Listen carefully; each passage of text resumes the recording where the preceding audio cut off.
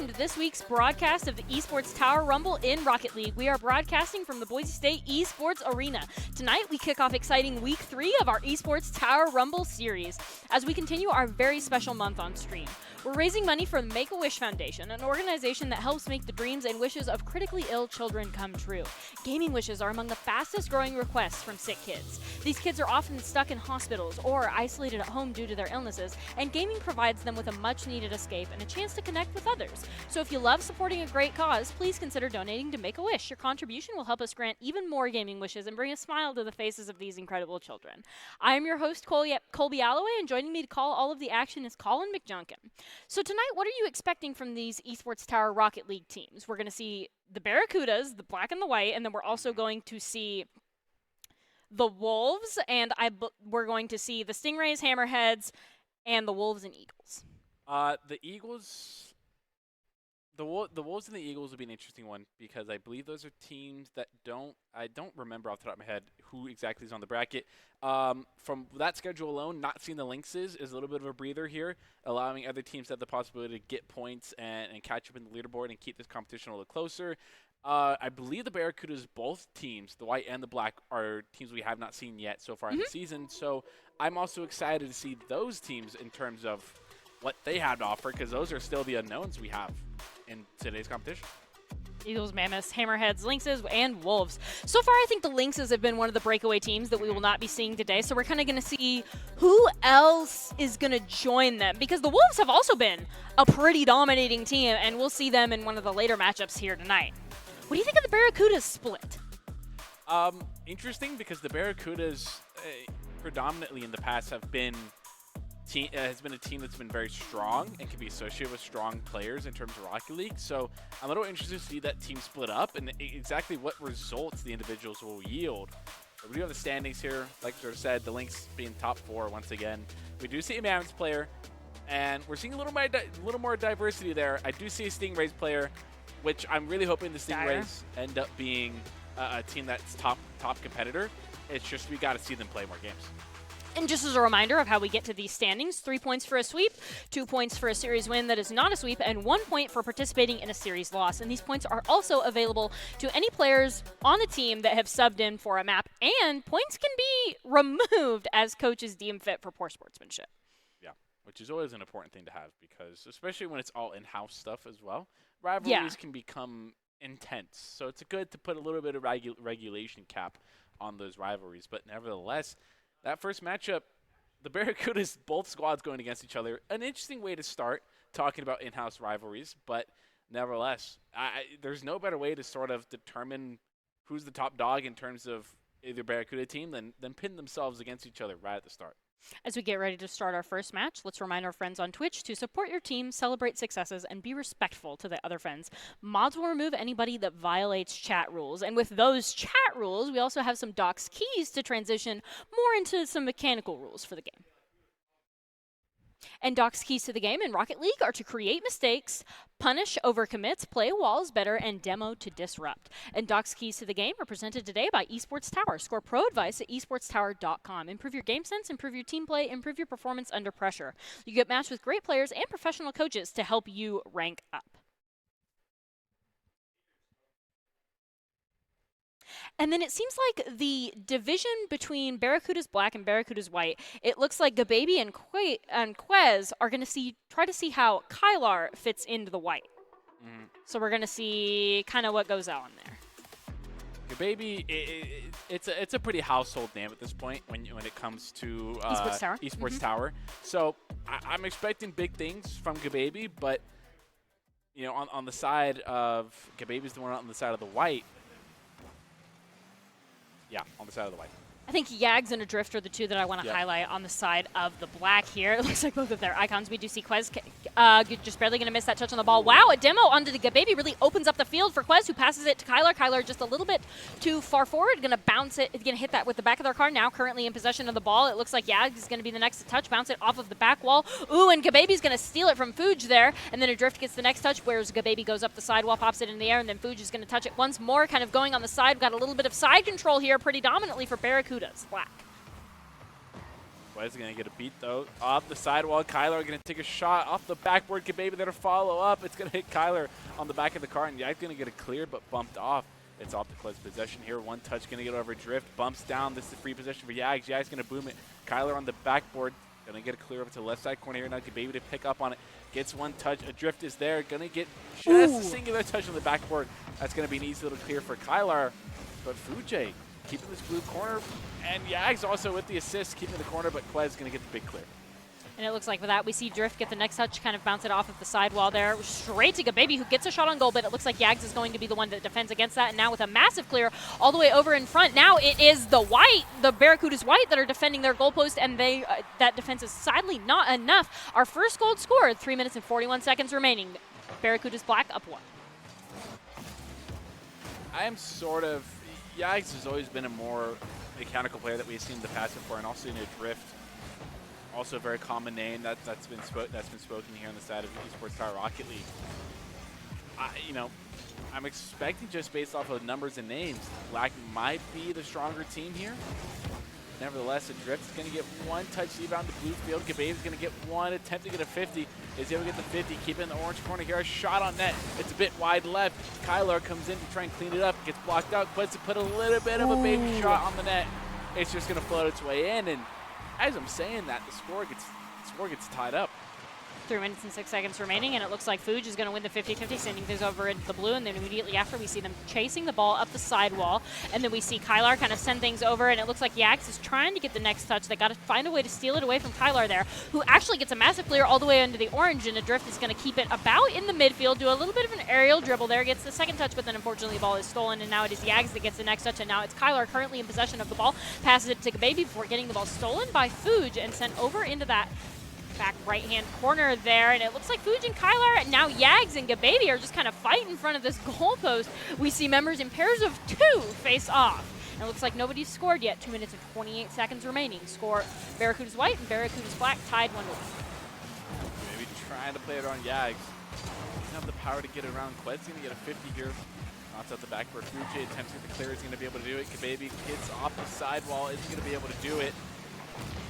Blue corner here. Qued's going to get a soft touch, but Yags sitting on the wall waiting, gets a 50. Kyler has to update. Gababy, a little bit of doubt commit. Quez goes for it, gets the touch on the sidewall here. Gababy might have a shot, gets blocked out by Adrift.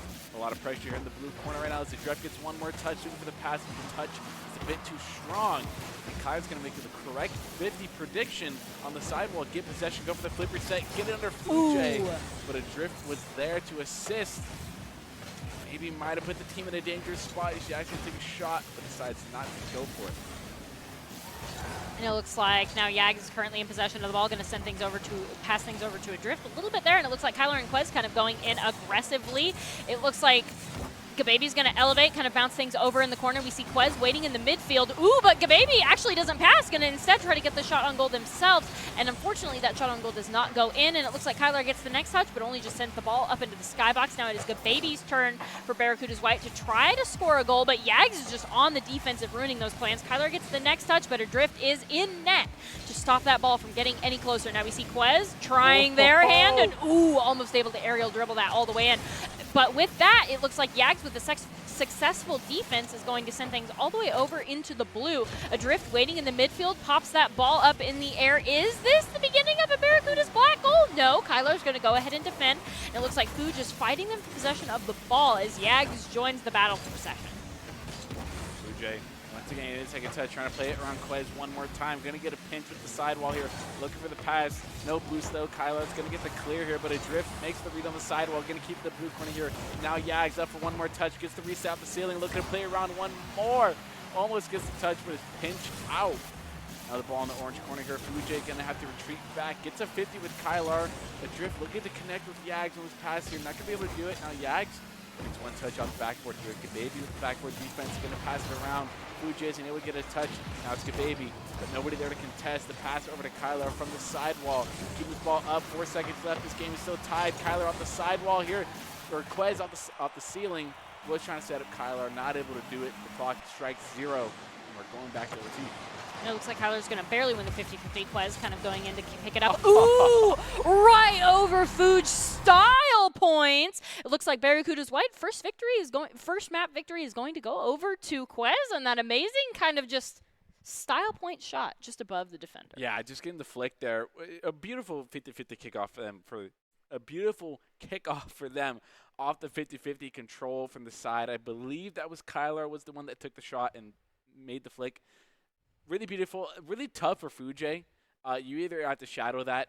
Unfortunately for him, he let the attacker get super close into the net, and then from there it's just going to be either, if this flick was any bit decent, it was going to be really difficult for Fujay to clear that ball and save it. So difficult, not impossible, very difficult. But I sort of have to eat my own words here, because I was talking about how the black team, name-wise, was the more mechanical team here so far, but this Barracuda team, no wonder they've been hidden for us for 2 weeks now, because both sides are looking pretty strong. So strong they needed to split, I think, is also the important thing to keep in, just kind of keep in the back of our minds here. So we're going to see kind of which Barracuda is the superior Barracuda as we get into map number 2 in our best of 5. Started off, White was the one to take it first. Will they be able to prevail? Will they be able to keep pushing forward here? Or will the other Barracudas team be able to take it back and tie it all up? We will see shortly as we head right into the game. And it looks like, ooh, that 50-50 danced on the line exactly as it looks like now Yags is actually going to beat Quez to the ball and then pass it to Fujay down mid, and it looks like Fujay just barely misses that touch. And then we see a drift bounce it off of the back wall, but, ooh, Barracuda's White doing a strong back wall defense there. And then we see Fuji, actually get the ball immediately stolen from them by Gababy, and the ball just kind of drifts over into midfield before a drift themselves tries and make a shot on goal. Unfortunately, it is defended against, and then with a clear all the way over into the orange, now Kylar's, looking to maybe put something in there. Yags playing a little bit of back wall defense there. We see Gababy kind of elevate to contest Fuj, but then run out of boost a little bit too soon there. And then we see Adrift currently in possession of the ball. Now Yags send it further, and it looks like Kyler's going to be the next one to be able to touch. No, it's Quez with the setup on the wall there. And then Fuj is going to kind of stop a little bit of the ball's momentum, send it over into that left-hand corner there, get the next touch. It looks like this is just kind of the Yags show as they pass to their teammates here, and Adrift elevates to get the next touch on the ball as Gababy elevates to challenge. Yags is tapped to make the gets the control here. Quez went to the free jump, wasn't able to get it. Fujay trying to get around Kylar. Also, once again, to no success. Quez attempted to get up for that, ended up barrel rolling to the side. Now Yags has a bit of control, and a demo frees up a lot of space here. Messes up the bit of touch, gonna get a back pass to Adrift. Drift with a lot of free real estate, doesn't have it anymore as Kyler gets the 50. Gababy trying to make the read off the side, wasn't gonna be able to do it. Now Fujay gets demoed. Quez has a lot of possession here. Off the sidewall, might have a beat though. Yags is able to get there just in time. Stop that play from progressing anymore. You see Kyler still sending things over into the orange. No, instead it's going to stay over into the blue. Adrift currently in possession of the ball. Gababy goes up to fight him, but instead the ball is passed across the field to Yags, who dribbles it for a little bit on top of their car before Quez kind of disrupts that. And then it looks like it's Fuji and Gababy fighting for this next touch. Ooh! And then from the bottom right-hand corner just sends in before any defenders can get in net, putting our first point on the board for Barracuda's White, 3 minutes and 6 seconds in. Beautiful passing play developed there by Barracuda's White. Now Gababy with possession on this corner wall here, trying to get it around one, is able to get around Drift, not able to do it around Fujay. Fujay gonna send it around the bend here, trying to keep possession here, a little bit of confusion, a missed touch in the corner here. Now it's Yags. Kyler tried to get the clear, wasn't able to get too much of the touch, but Gababy's gonna be able to connect with it. Now Fujay with very little boost. Gababy gets the read and the dunk, but it's just a bit wide. No goal for the side of White here. Adrift have a lot of room, gets the flicker on one, just a bit too wide as their follow-up. Oh, the missed shot! To the right! Oh my god! Oops, no. That's a oopsie. And then we see Quez take possession of the ball. Ooh, and almost get a goal. Demo onto Fuj, putting us down one on Barracuda's Black.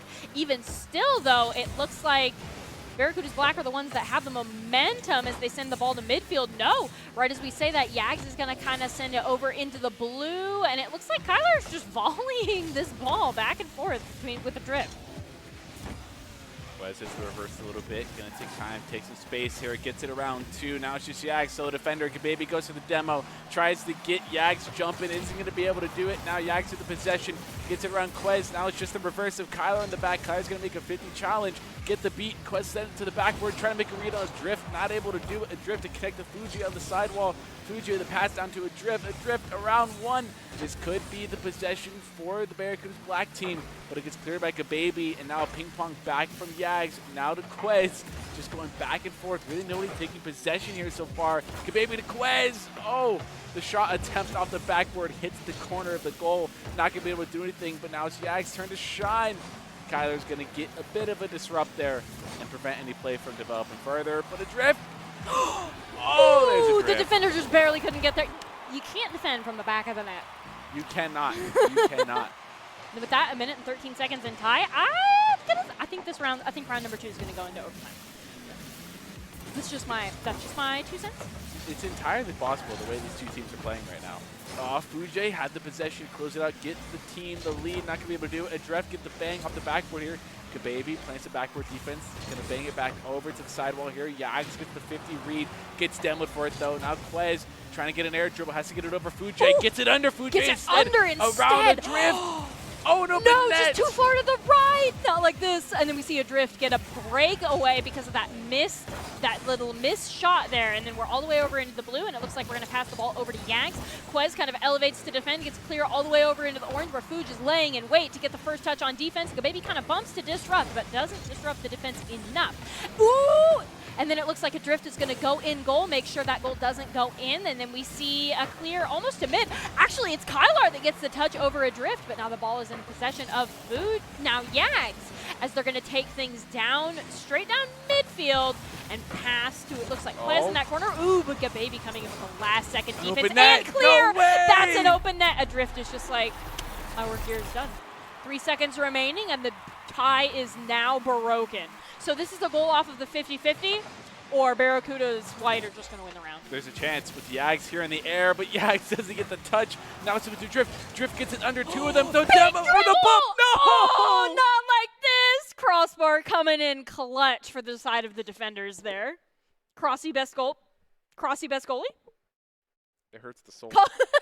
It hurts the soul to see something like that. Crossy's such a good goalie. He's killed Colin on Des.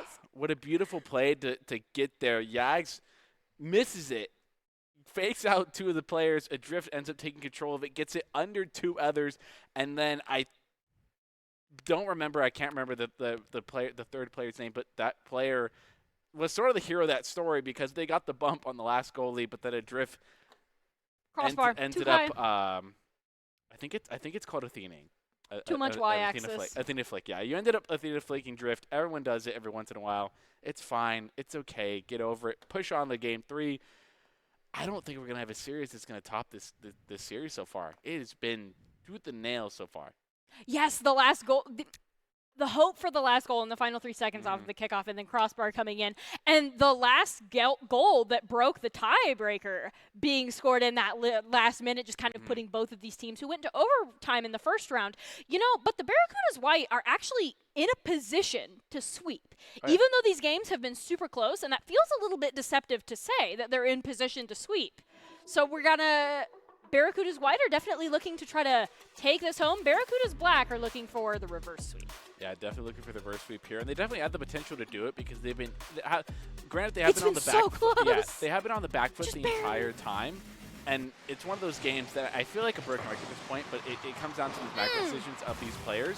But it truly is because and the accuracy of shots. Yes, 100%. I do think that the Barracudas white team has been able to convert on a lot more of the shots they have found, and their defense has been slightly stronger than the black team. And that is just partial by this passing play. Quez was not in the position. Kyler get the 50. Adrift might have the read. Oh, there's the second touch. What a beautiful play to make there. Unfortunately, not going to be able to get the replay, but to play off of that pinch, beautiful. That's a once and a chance game, that shot that you're going to be able to take. You're never going to get that opportunity again. And Fuji is going to open it up. But you're going to get an open net. You just send the ball sailing on in there for Fuji. Already starting the game off strong. 4 minutes and 34 seconds. That's 30 seconds into this game, and the Barracudas black are already breaking away. You can see a Drift kind of breaking away with the ball. Massive side control there, and it looks like a baby as the defender just going to scoop that out right from under them there. And then we see Quez kind of elevate, send things over into the corner. Yags is laying in wait, but it is Fujay that gets the touch. And then we see Gababy kind of send things a little bit closer to mid. Kylar dribbling with the front side of their car here as Gababy goes up to get the touch, but it is Quez that actually is able to follow up on that touch there. And then it looks like, ooh, with a clear all the way over into the blue. Now can Gababy get there in time? No, but the shot is missed anyway off the sidewall. And we see Quez play a little bit of backboard defense here, passing things back and forth between Gababy as they advance on the field. Really big missed opportunity there for the side of Barracudas Black. But Fujay puts himself in a position. Quez! Oh, but it doesn't matter. Can't do it again, though. It doesn't matter because Yags is there for the rebound. It's going to put the Barracudas Black up 3-0 here. Taking command of this game so far. And it looks like Fujay is going to go up into the corner, and then we see Gababy bounce the ball over to Kylar. Ooh, actually, it's going to be stolen by Yags, and then we see Quez kind of bounce things over from the top left corner there, and then we see Kylar send things midfield where Quez is waiting, but a Drift is actually going to steal that touch and keep things over in the orange. Ooh, no, Fuj gets a massive clear. Can Kylar defend in time? They absolutely can, and then we see Kylar going to touch the ball, but Drift is going to get there first, and now it's Quez that gets the next touch. And then we see Fuj and Kylar waiting as Kylar steals the next possession of the ball, and Yags just sends things so far sideways. Both of the teams have to run together. Baby getting 50, not much room forward with here. Now Drift trying to make the dribble read, gets bumped off of it. Not going to be able to get much farther than that. Fuji gets the bump on Quez, though. Yags going to be able to clean it up off the backboard here. Kylar might have a shot. Gets 50'd out once again, and the shot was taken by Kylar. But a beautiful 50 read by Yags there is going to be absolutely denied any ability to take a shot. Now it's Yags on the sidewall trying to make a read. Kylar might have the beat of the 50. Gets the 50 instead. Now Drift to take some possession. Slams the ball on the ground there. It's just going to roll there. Now Gababy doesn't get the touch they're looking for. Fuji might have the pass they're looking for. Doesn't get the bump play. Adrift gonna have to make some possession plays here. Gets it around one, but leaves Kylar wide open. Kylar doesn't act fast enough. It's gonna get 50'd out. Fuji gets beat by Quez. Yags trying to make a hero play here. Now Gababy getting the 50 downwards. There's nobody in position on the blue team to make a shot. 2 minutes and 10 seconds left here. Barracuda's white team has to find a goal if they really want a chance to come back to this game. And then we see, it looks like there's a little bit of a clear, a little bit of a bounce. Ooh, but looks like Fujay is going to get the touch on there. And then we see Yags currently in possession of the ball. Quez up in the air, just looking to contest them there.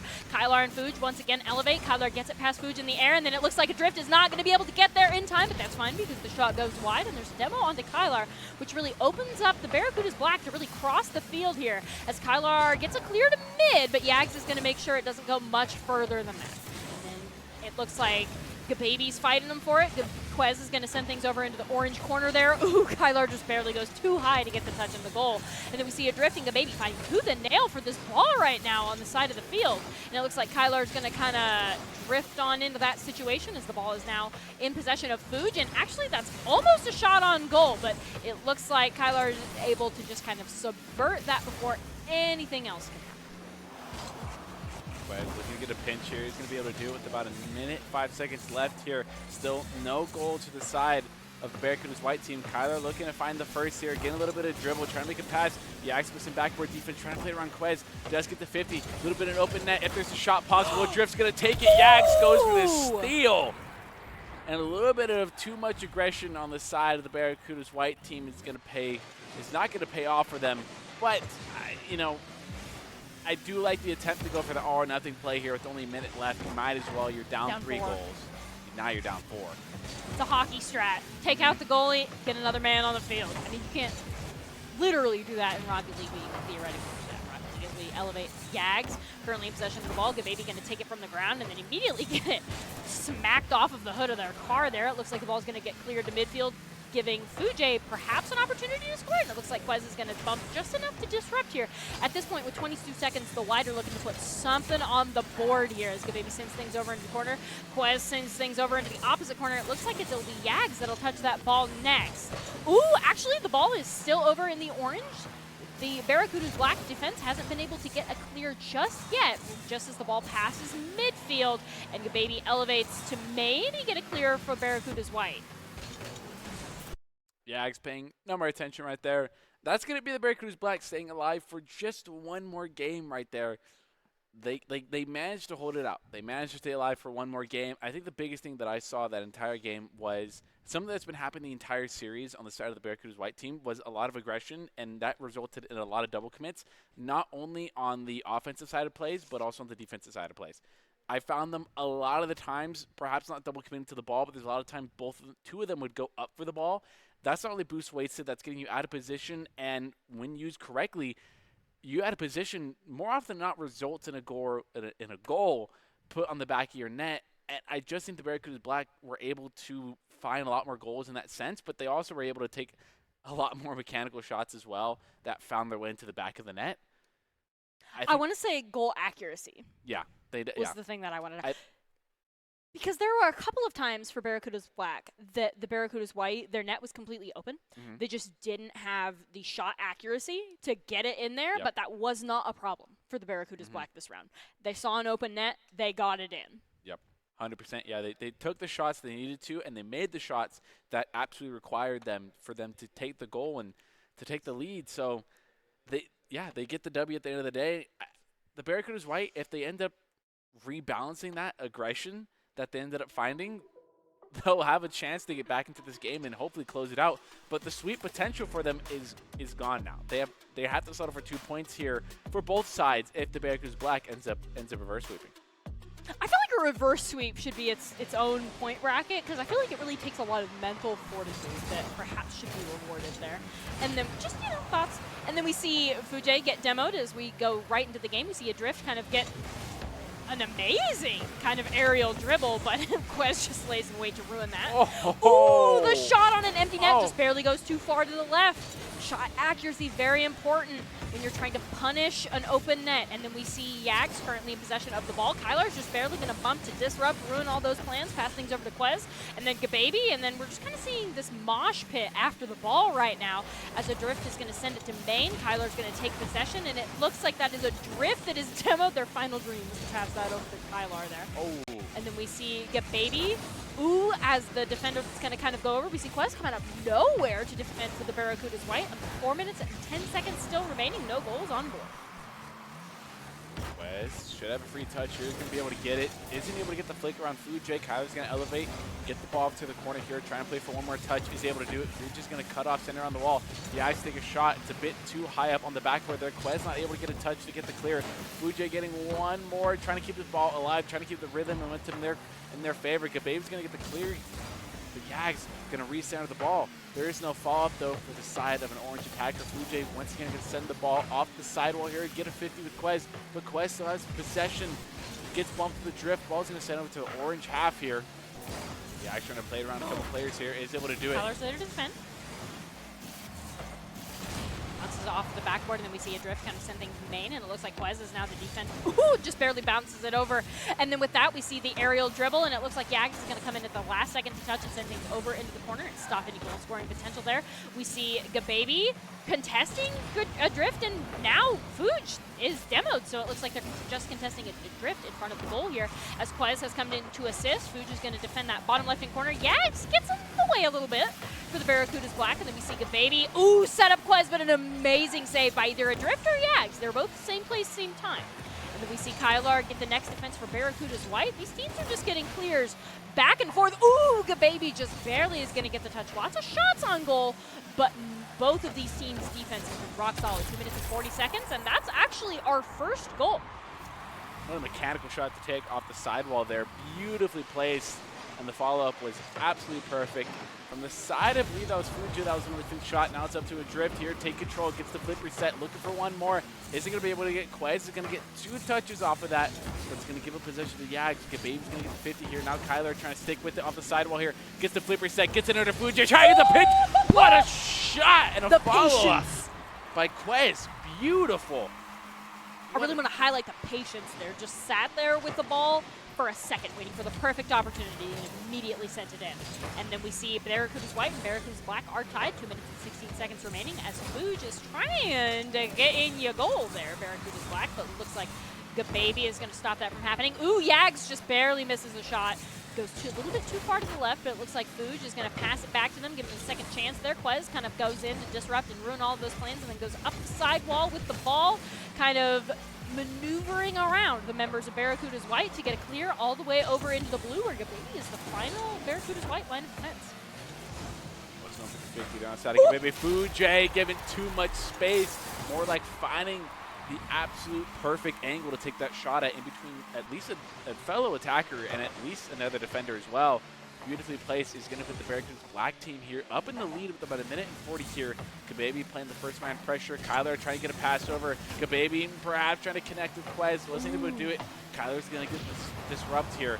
The demo on Quez is going to get the Barracuda's Black team a lot of possession and a lot of free room to work with, but the demo in return is going to give Kyler the space they need. Quez is going to stop there. Only good for one more touch, though, as Jack's going to take possession. It looks like Drift and Gababy are going to bounce the ball back and forth, and then we see Quez kind of bounce it over to the right-hand corner, and then we see Fuge kind of elevate with that ball to see what they can do, and then actually it looks like it's Yags going to bounce things over into the corner. Kylar currently in possession as well as Quez. Now it is a Drift's turn to send the ball up into the air. Kylar with some follow-up doesn't get a shot on goal before Fuge takes the ball, clears it all the way over into the blue, and Gababy is back on the Barracuda's White defense. Barracuda's White still down one, 50 seconds remain. Getting the bang on the corner wall here. Yags going to stick with it, be able to get it clear. Quez gets one soft touch, keep it in the orange corner here. Fujay is going to get one touch, keep it over in the blue side. Adrift and Gababy able to 50 with each other. Fujay was trying to take a shot on net, gets disrupted. Yags going to send it right back up to the blue backboard. Be able to play around it here now. Gababy trying to get a read on the sidewall. Fujay's going to play around now. Pinch is going to keep this in, and almost a pull shot goal or a pull shot own goal there. Fujay's going to send it back. Is there a defender on the side of the blue side? Kyler? It wasn't on target though, and Kyler's going to do defensive save. Just barely got there in time, and then it looks like Kyler's going to go up the sidewall, see if they can do anything with the score, bounce it off of the back wall into Quez. Ooh, actually it's Yags that's going to get the next touch, and then Gababy tries to redirect but actually misses the touch, and so that is Barracuda's White losing second round. Barracuda's Black now tied with White, 2-2. 2-2 going to game 5. There's not much you can ask for. I mean, the Barracuda's Black are finally finding their rhythm and the gaps in between the Barracuda's White defense there. You know, shot for shot, the first ones were purely mechanical in the terms of they were so mechanical it becomes more difficult to defend them. So it's one of those goals of there's not really an issue that you can take. It's just that good of a shot that you have to have that good of a defense to take it. And it's one of those ones of there's not much I could have done in the face of it. But the second shot that the Barracuda's Black team was able to take was a beautiful shot that was well past in the middle of a haze, and it's one of those shots that I really like, is when teams are able to find these passing plays in the middle of the opposing team. Because anyone can take a pass from the sidewall, around the bend, backwards towards them, but it's the shots that are at a lateral sense to each other and are so fast and so tight that it leaves the defense very little time to react. And those are the ones I love to see, and quite often, in my opinion, connect and find the back of the goal way more easily.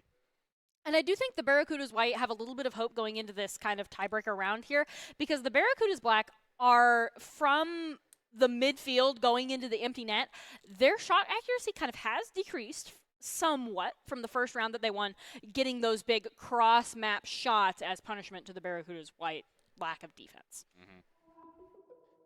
I think it's the biggest thing. I also see Yags as being one of the better second and third man players that I've seen. Probably one of the best all-around players that I've seen in the entire ET's Rocket League roster. Between all the teams, being a player that I also see in the goal a lot, but also attempted to make a lot of shots and a lot of goals, and quite often not being mechanical enough to make those goals happen. You see Quez kind of send things over to Gababy, who gets the touch, and then it looks like it's Yags over playing a defensive role right now, as they now advance the slowest for the Barracuda's Black here, and then we see both Yags and Fujay rotate back. Ooh! But Gababy's able to put it over both of them and get our first point on the board 4 minutes and 39 seconds in for Barracuda's White. Teammates run into each other, end up messing up the rotation, and it's an easy shot for the side of Gababy. Now Yags trying to put on a little bit of show for us here. Fujay trying to clean it up, not able to do it. Adrift going to get the demo. It's going to put them out of position here. Not able to make a touch on the play here. Now Gababy has a free touch here, looking for a second one. Gonna attempt to play it slow around Yags. It's gonna work out. As Quez gonna elevate, try and get a top down and a tough angle. He's gonna be able to do it. As Yags gonna get the clear, Quez trying to get up around a drift. Isn't able to do it. Fuji's gonna get the toss back over the corner here, and a drift's gonna get the clear credit. Do we see Kylar, or Quez, it looks like this is going to be the next touch, and then we see a drift kind of bounce it off of the corner, and then we see Yags elevate to maybe get the next touch, but actually just ends up spiking it down and trying to set up Fuji for the next touch, but unable to do so as we get clear all the way over into the orange, but a drift is back there to defend as well as now Fuji and Yags. So it looks like all 6 members are in this 1/3 of the field, and then they all rotate back over into the blue, and then, ooh, just a little bit more bouncing accuracy there, and that would have been a goal as Yags, as Kylar is actually going to be the next one to touch, trying to set up Quez, perhaps, to get it clear. Barracuda's wide are looking to get it out from in front of them. 50, now it's Yags trying to set the pass here. Sent it a bit too far, though. Oh, a shot on target by a drift. Isn't going to find it, though. It is defended very well. Yags makes a misread here. This could be the opening that the white team was looking for. Not able to get it, though. The defense is going to come in clutch for the side of Barracuda's Black. Now Fuji getting a little bit of back pass here. A drift, solo defender. Kylar setting it up. Fuji is able to play a little bit more defense. Now Gababy trying to set up the pass, trying to fake around Yags. Is able to do it. Kylar trying to get one more touch, gets a soft touch. Is there a follow-up? Quez attempted to do it. Not going to be able to do it, though. Now Gababy's going to have to play solo defense here. He's going to make the smart commit and go fast. Actually gets a pretty nice clear. They're under the loom of threat of being detonated by another team. Fuji had the opportunity to take a beautifully placed shot. Isn't going to be able to do it, though. Then we see Quez kind of pass things over to a drift, and then immediately after that, we just see this bunch of people going after the ball. As Yags breaks away with some speed, sends it over Gababy. Gababy elevates, plays a little bit of backboard defense. We see Fuji make a shot, and Kylar can't get there in time, putting the Barracudas Black on the board. 2 minutes and 21 seconds remaining. Both teams tied 1-1. I've been so close so far. Just a tiny little mistake by the white team here. Gababy not able to get the clear they're looking for. Trying to play it under 2 players. Isn't able to do it. Now Fuji gonna have to make a touch. Gonna have to keep possession of this ball. Not able to keep it going though, but did their job. Now a drift. Trying to make a dribble play happen. And another double commit. What I talked about has happened again. It seemed as if the Barracuda's white team had cleaned it up just a little bit, but at the time they needed the most to not happen, they go ahead and resort to bad habits. When they needed him most, he vanished. And they're down by 1. And then we see over in the corner there, we see Gababy trying to get a clear around Fuji, and it looks like they will not be able to get it past that corner there as Yags kind of moves in to fight Kylar for possession of the ball. And then it looks like Kylar's going to send things over the top of Fuji, actually, who gets bumped and disrupted by Quez, who's looking to mount an offensive here as Yags bumps the ball straight out of Gababy's way and kind of sends them chasing the ball in the backfield. It looks like Kylar's going to get the next touch. Drifting sends things main for Fuji to maybe make a play off of Quez with some killer backboard defense here. Bounces the ball off of the top, and then we see Fuji kind of actually unintentionally send things over into the orange, giving Quez the opportunity to score, putting the Barracudas white tied 2-2. 1 minute and 21 seconds remaining. Yeah, as soon as that pinch happened, I know it was going to be dangerous there. It was up to a drift to make the clear. Wasn't able to do it, though. It's going to be the Barracudas white team find the equalizer here. Yags trying to make it happen, though. Trying to find one. Isn't going to be able to do it. Gababy's going to get the in-air defensive drift, getting one more touch. This could be dangerous. Gababy was in rotation in time. Not a lot of room to work with. He's going to be able to play it around a drift. Yags not able to get the touch they want. Now it's Quez at the shot. It gets 50 out. The defense is going to come in clutch here. Gababy gets demoed, sent back to the blue side here. Kylar trying to set up another pass here. Gets the pinch 50. Gababy might have the shot play. There was the shot on target. It was a bit too weak and a bit too low to pose any real danger. Now it's Quez's turn. Faking around, trying to make the pass happen to Kylar. Ooh, gets cut off by Yags. Intercept. And then as the ball's going to go up into the skybox, we do see now Quez just barely going to get that touch on there. Send it over to the side. Ooh! Straight in the corner, a little bit beyond. And then it looks like our next goal, 30 seconds. 30 seconds, and the Barracudas Black are up with it. There's been too many reverse sweeps, in my opinion, in this tournament or this I don't sort think of regular season so ever far. have too many underdog stories, and that's what a reverse sweep is. It's like the hero's journey never gets old. No, you know, it definitely gets old and the equalizer. Quez isn't able to get it done here. Kyler trying to make up for the slack with 6 seconds left. Gababy trying to put a shot on net. Kyler gets a bump off the corner here. This could be it as a drift gets a touch. Quez trying to keep it alive, get a pass over to Kyler. Is there enough time? Gababy gets a touch, gets a little bit bumped. There might be the flick play potential. A drift's going to play some lockdown defense. Quez trying to keep it alive. Kyler to get one touch over to Gababy. Gababy gets bumped. The orange team's going to keep it alive. Now Yag trying to make it happen. Takes a shot off the backboard. A drift. Oh, it's just going to make the smart play and just dunk the ball into the ground. And it's the Barracudas black team that's going to be able to close it out with a reverse sweep. Barracudas white definitely came up looking strong. Barracudas black, I think, fixed more of those micro mistakes that we were talking about. Oh, yeah, 100%. And with that, did you know that gaming-related wishes at Make-A-Wish are among the highest-growing wishes over the past years? Esports Tower and Make-A-Wish have joined forces in the month of April as the world streams for wishes. Scan the QR code to help make a wish come true today. And HyperX Loot Box. Donate any amount to win, and you'll be entered to win the loot box, and the winner will be announced next week along with our new loot box. New loot box every week, and once again, any donation enters you for this new loot box. That's honestly pretty good stuff in that box right there. I have those Cloud Alphas. Those are at a really good headset to have at a relatively lower price. But that monitor, kind of eyeing that one. I won't lie to you. That monitor. Donate to Make-A-Wish. Donate to Make-A-Wish. Make-A-Wish Scan happen. the QR code, Colin. Scan the QR code. Do it right now. You know, Make-A-Wish happen. Feel good about donating some money and get the chance to enter,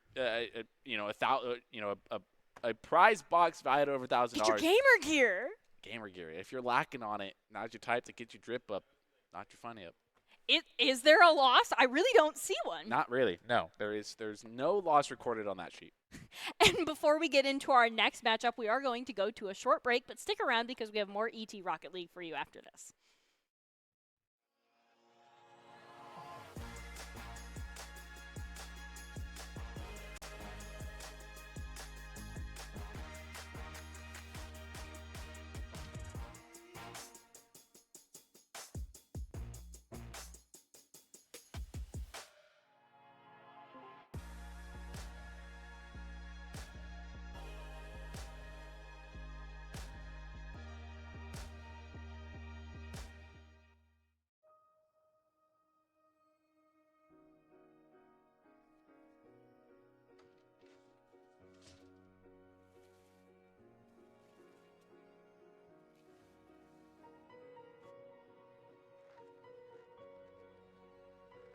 What would you give for a child you loved to make their wish come true?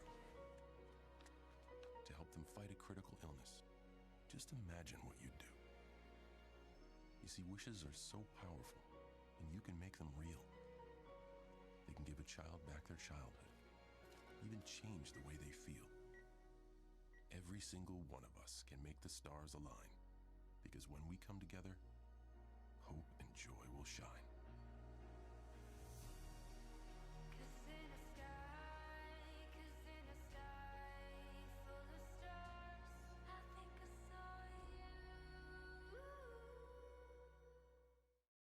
Hey, don't you wish your slides were comfortable, high quality, durable, and most of all, custom? Well, guess what? We agree, and that drives everything we do. And because our custom game is next level, the only limitation to what's possible is your imagination. Stand in your passion, creativity, and stand in your colors. Whatever you can think of, we've got you covered. Head to iSlideUSA.com so you can stand in what you stand for.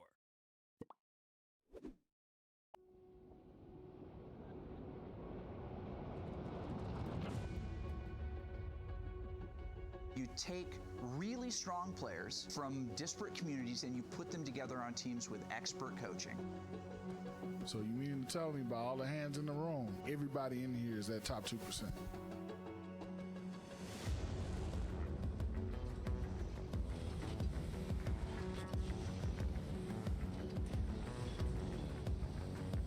It's ultimate, it's a 1v1, and Prestige does it! It's not every day that you're a kid like me and you get to have this experience. Something, he gets one. This boot camp is really about finding out every weakness.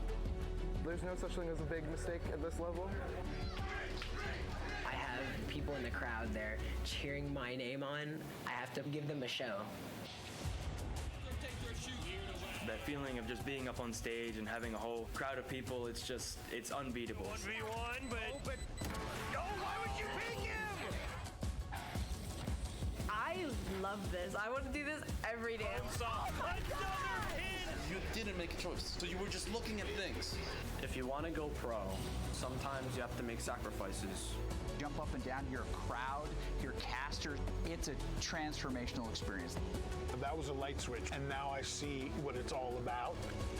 A lot of players here right now are caught up in winning their tournaments 5-10 years down the road. They're not going to remember who won.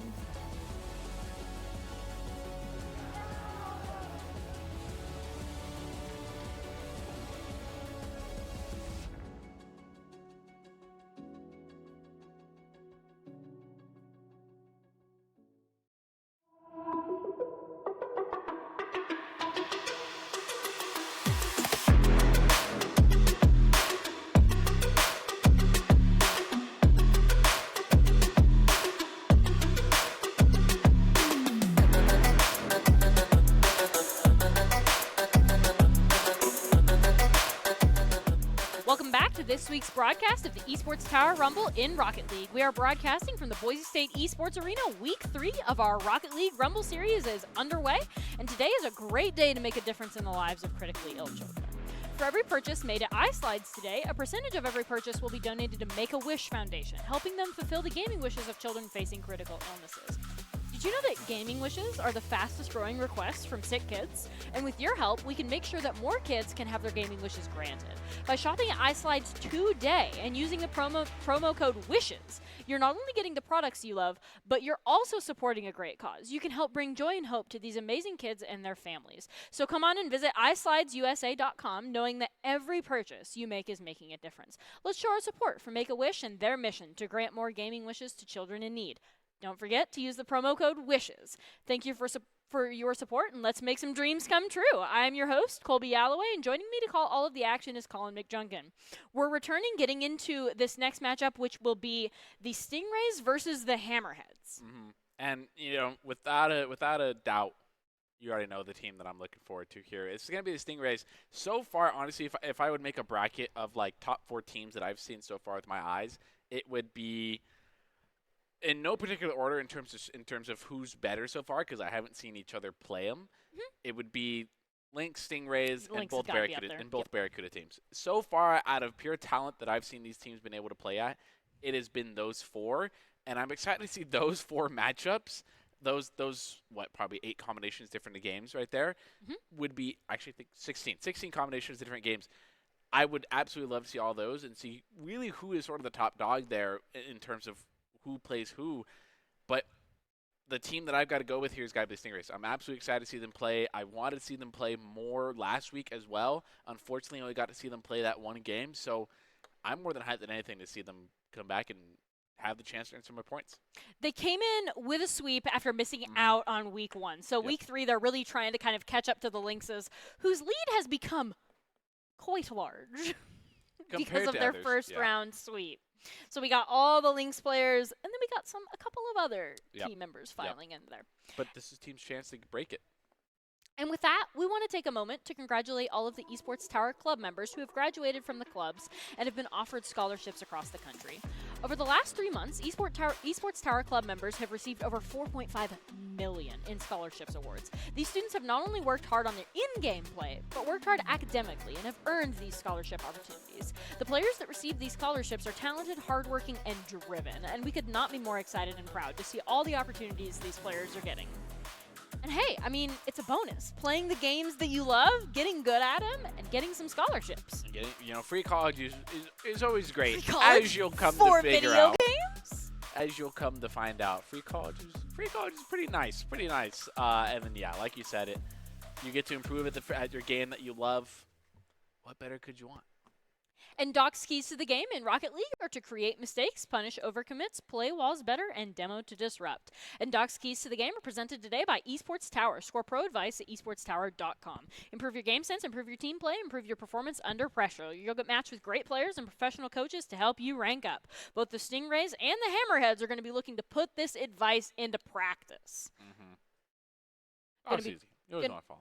Going to be looking for the opportunities, trying to punish the double commits. I think we saw that pretty often in our Barracudas versus Barracudas matchup for the black and white teams. We saw a lot of, there would be some commits that would leave the net open, and the Barracudas black team, I definitely want to highlight their ability to punish the Barracudas white, leaving the net open. I think a big thing as well that I saw both teams do that's on Doc's keys of the game are specifically the demo to disrupt, and not necessarily in the demo portion, but there were often times where key goals that were normally very difficult to score because they did not have sort of the difficulty of the shot that to be defended. There was a defender in net, but somebody would come out of the blue, take that defender out, or attempt to take that defender out. And I really like it when teams do that because it shows a higher level, state of mind in terms of what you're looking for and how you're going to play the game.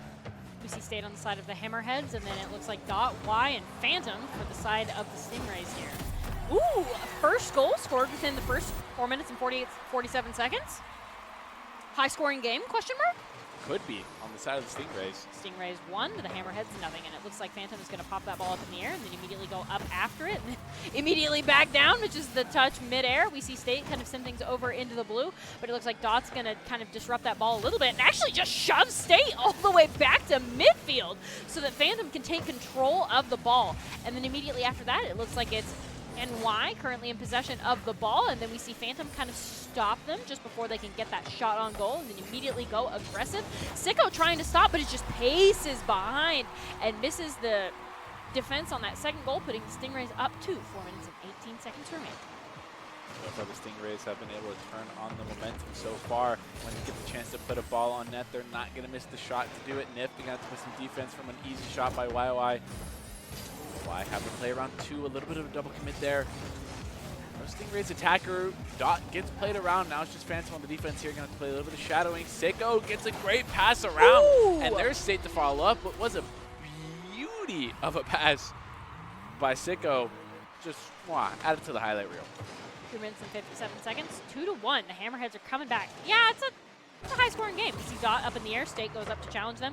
That little bit of a bounce off of the backboard. Now Phantom is the one kind of sending the goal in there, and NY is unfortunately unable to do the defense too far back in goal. Can't quite get high enough.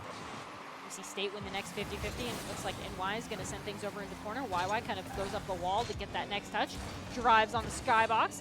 Then we see NY steal it right out from under them. Phantom playing a little bit of in-goal defense here, bounces the ball away, and then immediately after that chases it, avoids Sicko, the first ring of the Hammerheads defense here.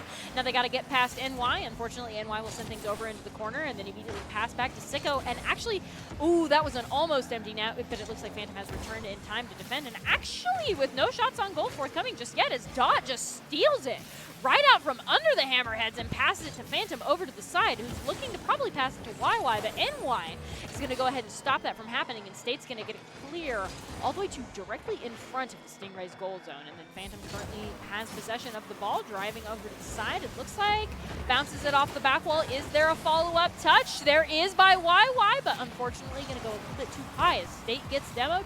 Maybe opening up an opportunity for the Stingrays to score? Unfortunately not. Oh, and a completely open net. Right as I say that. Oh, left the net, scored the goal. No idea how that transgressed, but it ends up happening, and ends up being brutal for the side of the Hammerheads here as they're now at a deficit of 3 goals. Sicko trying to get the demo here. Dot was making the pre-jump play. ET with a pretty open net, not able to convert it here. A pinch from Dot and Phantom. Sicko looking a little mechanical here, playing around YY, tries to get the flip reset. Wasn't quite successful in it, but I believe it was Nif that had the bump play completely neutralize the defender. And that's the Hammerheads with the 2-4 scoreline off the kickoff, looking to make it 3. And then with that, we see the bounce off to the side. We see Phantom trying to pass it to middle. State's going to kind of disrupt that pass, but it looks like Dot's going to send things over into the corner, and then it looks like Sicko's once again going to disrupt, send things over into the corner, and now midfield. Now we see State going to send things, trying to get it around Phantom, but it looks like YY's just going to steal the ball right from under them, pass it down to Phantom, and then Phantom goes up the sidewall. Ooh, Nif misses the touch. Ooh, State just barely gets the ooh, and it looks like with that, the Hammerheads are going to go up another one. 4 to now 3, a minute and 57 seconds remaining. Ooh, Sicko gonna try to score a goal, but immediately after that, Dot defense. Phantom trying to pass it to YY. Oh, the pinch. Just barely off, not able to connect. Trying to get a fake kickoff here, looking for a little bit of Spanish I'd like to see next time around. Y's gonna get a touch off the backboard. Another double commit here. This could be dangerous. The fan's gonna pass it down. Nif in a bad position here. Dot's gonna take a shot. It hits Crossy, not gonna be able to do anything. Sticko's gonna take out State. Now Y trying to get a pinch with the side, with the backboard here for a passing play. Is gonna be able to make it happen. Trying to get a player on Sicko. Sicko's gonna just bully 2 defenders out of the way and keep pushing. But Dot's gonna put an end to it, getting a 50 here. The pass over to Phantom. The absolute boom. Is there anybody there for the defense? There is. State's gonna get a read right off the crossbar. Sicko currently in possession of the ball. Actually, no, it looks like Y's going to steal that immediately from them, and then Nif is going to send it over, but Dot, ooh, almost with a shot on goal, except it goes too far to the left, and then immediately after that goes up into the skybox. State ruining all of the Stingrays' plans right now as we come to the final minute of the game. A massive clear all the way over into the blue. Phantom is back in time to defend, but NY is going to bounce it off of the back wall, and then we see Stay send it over into the corner, and then Sicko get the next touch right as Phantom leaves. Unfortunately, that was just a missed shot because there was no Stingrays in net. State looking, not able to find anything. Phantom gets a 50, a pass over to Y. The shot was a bit wide, but Phantom's going to get the demo here. This could be opportunity for Dot. Dot's going to try and play it under State. Does it beautifully. And the mechanical plays by these players getting under their opponents is absolutely insane. And that's the Stingrays getting back their cushion. Ooh. Now it's 5-3 here with only 20 seconds left. Dot trying to take a shot at a harsh angle. Isn't able to do it. Now Y off the sidewall here. 15 seconds left. Trying to get the passing. Gets it around State here. Nif not able to get a touch. Y or State gets bumped off. Now it's Dot trying to get the double touch play. Isn't able to do it. Phantom on the backboard. There's a follow-up by Y. There is. Y is going to put it a little bit of a bouncer shot on the right side and avoid quite a few numbers of defenders. And then with that, we do see State kind of win the next 50-50 for the side of the Hammerheads here. But unfortunately, 3 cushion goals is going to put the Stingrays up round 1. Yep. Do you believe in the sweep? No, I think the Stingrays are going to actually, yeah. Yeah, I think I'm going to go with it. If I want to see the Stingrays. So I'm going to be biased. I'm going to be full bias. I try not to be as often as I can, but I'm just going to go 100% biased here. I want the Stingrays to sweep because I kind of want them to catch up to the Lynx because I think the Lynx in a Stingrays game would be pretty entertaining to watch. So, yeah, I'm a supporter of the sweep. A supporter of the sweep. And with that, we're going to get right back into next map to see if the Stingrays are going to sweep or if the Hammerheads are going to stop them in their tracks. I think the Hammerheads definitely have the potential if the Stingrays end up underestimating their opponent a bit too much. The Hammerheads they have Sicko, who has shown they're a pretty mechanical player, able to set up their team some saucy passes. And they have State, who's also a very good offensive shooter, so they got to be careful of it. But off this kickoff, Y trying to set something up. Phantom take a shot just a bit wide. State not able to get the disrupt. Is able to do it for the second time, though. But Y's going to cut it off and take an absurd angle on the goal for a shot and put the Stingrays up 1-0 with only 10 seconds in the game.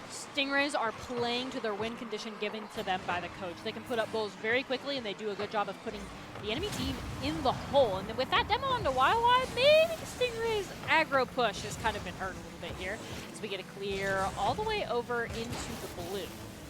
We see Sicko kind of bounce things over from the corner, and then immediately after that, we see Dot send things over to, ooh, actually Y misses the touch. So, and it looks like Phantom is just going to roll that all the way into your goal there.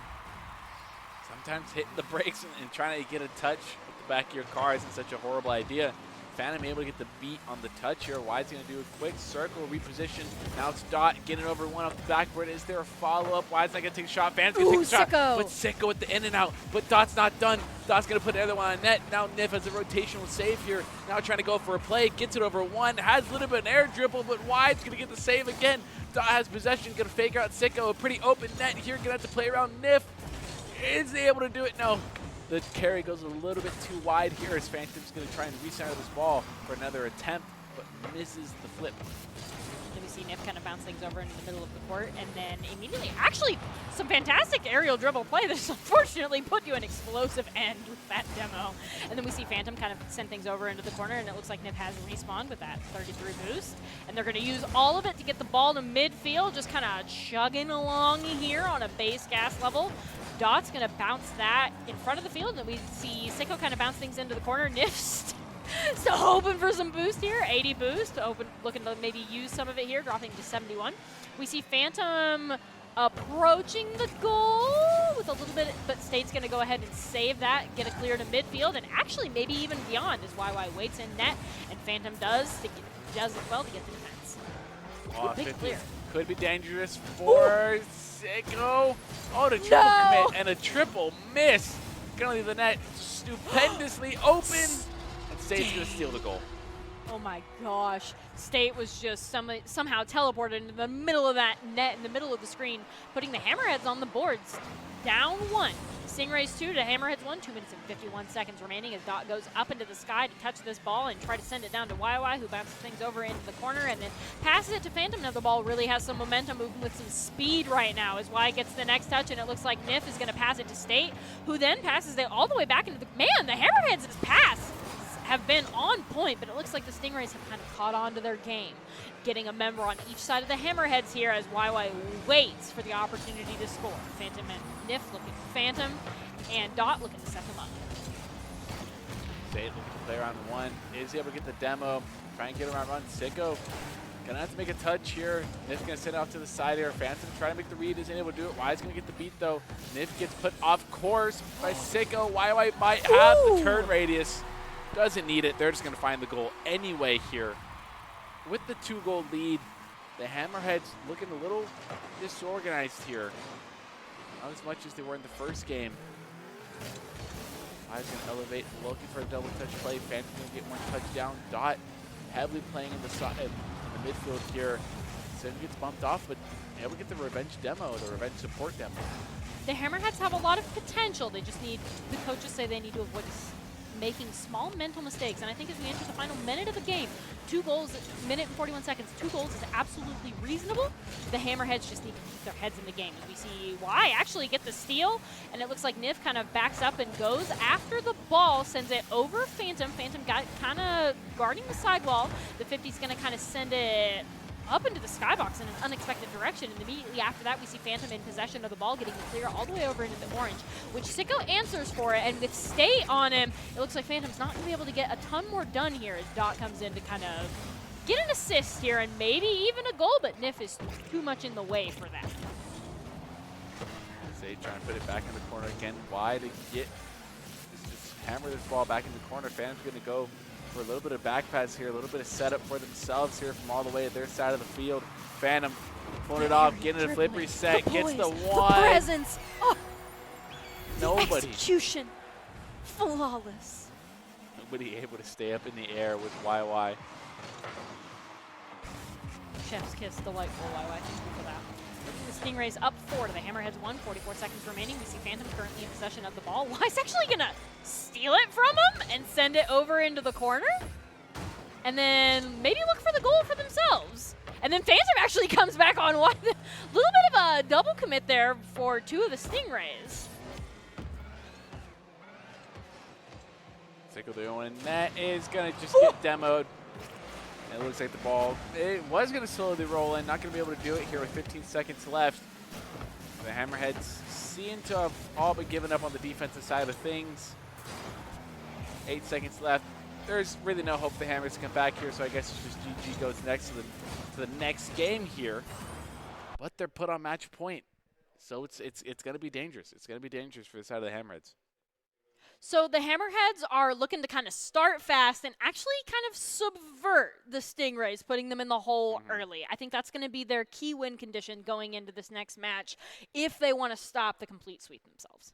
I definitely think the coach's mental note there is probably a big one, because I did see a lack of what felt like intent, obviously not in their comms, don't know them personally, et cetera, things of that nature, but just kind of car language-wise. It looked like a lack of intent once they went down 2 goals, so it could be dangerous. But the thing I want to remind them of is they're a mechanical team. They're keeping that close within the first game. Sicko, your pass to State, the first one you got was absolutely insane. What a beautiful pass to get. If you guys keep that up and keep doing that and your rotation stays solid, Stingrays might not be a team to be so afraid of. I also want to say that there's a big opportunity for the Hammerheads that presents itself in the Stingrays' tendency to double commit. There's a lot of, I think there's a little bit of competition to be the selfish front man. And when you have a couple of different selfish first men, you run into some double commits and a little bit of problems here that the Hammerheads, I think, are looking to take advantage of.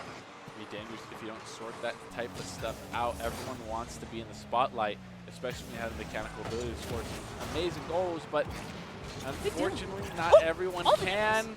And a demo with some good timing, Dot's going to find a pretty open net and put the Stingrays up early 1-0. And you know, why was there to back it up to? 4 minutes and 47 seconds. It looks like with a demo on the Phantom, this feels like a repeat of last play. Poor Phantom can't play the game. And then it looks like Wise up in the skybox. And now it's actually, this time, Dot with the follow-up, but just barely going to miss that. Now Phantom gets to play the game, actually gets a shot on goal that is subverted by Nif and other members of the Hammerheads in the net. Phantom currently in possession of the ball, trying to send it to Dot down main field. Actually, State's trying to get it past, but Wise going to go ahead and steal with that intercept and actually, almost be able to roll it straight into the Hammerheads goal there. Phantom can't play the game. That's a rip in the chat. Rest in pepperoni, Phantom. Rest in pepperoni, Phantom trying to set up a little bit of passing play here. He's going to be able to do it. One more touch on the sidewall. Dot trying to slow it down at the top of the car. And now State going to go under the car, reposition themselves for Nif. Why? What was supposed to be a passing play gets easily cut off by Y with the speed the Stingrays are displaying. It's dangerous to lead the ball out in neutral space for so long. Not being covered well, keeping possession is a big tool to have. Phantom going to get a 50 here. I believe that's why it gets demoed and sent back to the blue side of it. A shot that was, or a pass that was put on target. A Dot isn't going to be executed out by the other team. Then we see Sicko go up the wall and then immediately kind of bounce it off of the box there. And then we see State bounce it off the sidewall there. It looks like Dot currently bouncing over, and it looks like Nif is going to be the next one to take possession. No, Dot's going to steal it from him. State playing the goalie position there and actually just gets a big clear. Phantom has rotated in time, but not good enough to stop the goal there, putting the Hammerheads on the board. Now the Stingrays are only up 1. 3 minutes and 26 seconds. Hammerheads are still in this game. This could be dangerous, though. They place the backboard defense. The miss off the backboard. Y had a shot to take. Wasn't going to be able to do it. Sicko trying to get a disrupt on Phantom. Phantom's going to flick it over 1 and an open net. Some beautiful mechanical display there from the side of the Stingrays. Even though 2 members end up missing some shots there, there's always a third to clean it up. As long as the rotations end up working out, and a double fake is nevertheless going to lead to possession by Phantom here. Phantom sending out the backboard here. State trying to keep possession. Is able to do it. Sicko's not going to be able to get a touch, though. Dot's going to stick with it on the sidewall here, looking to play around Nif. Nif's going to get a 50 here, send it over the other sidewall to YY. YY is going to get a touch, trying to play around State. State's going to get one good touch on the ground, trying to stay with the ball. It bounces up. It's dangerous territory for the ball to be in for the side of the Hammerheads. Dot now has possession. Takes a little bit of pitch on the sidewall here, trying to make a read play. State gets sent to the midfield here. Y is going to send it back over the left orange wall. Dot now looking for a solo play. Now it's set up for a passing play, and Y is there. But the defense is so are strong. State and Nif. And it looks like Nif is currently in possession of the ball. Phantom's actually going to steal it from them. Ooh, and that's an empty net with no defenders there. Phantom, it just comes down to Phantom's scoring ability, and that is the Stingrays up 4 to the Hammerheads 1. 2 minutes and 24 seconds remaining. Will we see a double fake on the 50-50?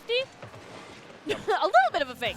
We see Phantom kind of send it over into the corner, and then State and Nif both go after that ball, but Y's coming in hot, trailing music notes. And we see Y chase down that ball over on the side, actually push it into the orange, and actually just solo goal with that demo on the Nif, putting the Stingrays up 5 to the Hammerheads 1. 2 minutes and 9 seconds remaining. I do want to point out the card control of the Stingrays so far. It seems like every player, especially YY and Dot, seem to have the ability to do what they want with the ball when they want it. And a bit of a double commit is going to leave Nif high and dry on the open, but it's going to be able to come through clutch. Blue State trying to make some defensive play. The backwards touch. YY trying to get the beat over Nif. Oh, Phantom. Ooh.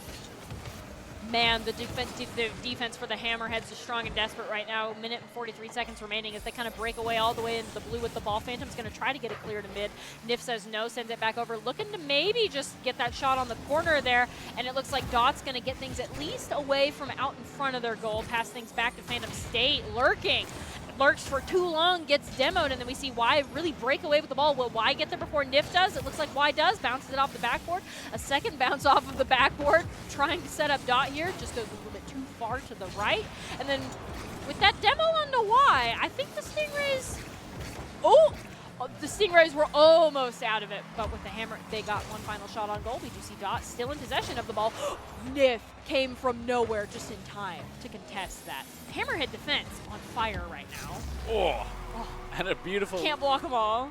Little bit of a lucky shot there, I will admit. You definitely set up for it, but the fact that bounce landed perfectly on your car like that is pretty much what luck. But luck comes to those who follow in its path, so I guess we'll give you the credit for it. Phantom trying to play it round one with nearly 45 seconds left. Phantom's going to get the bump, lead possession for YY, but State's going to get the beat here.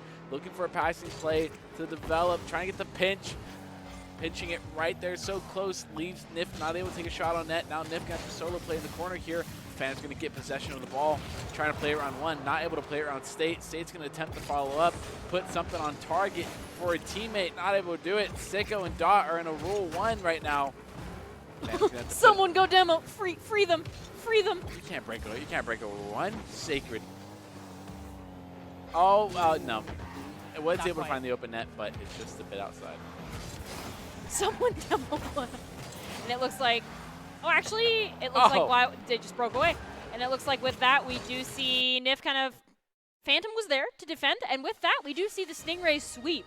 They're coming for the Lynxes. Yep. With that.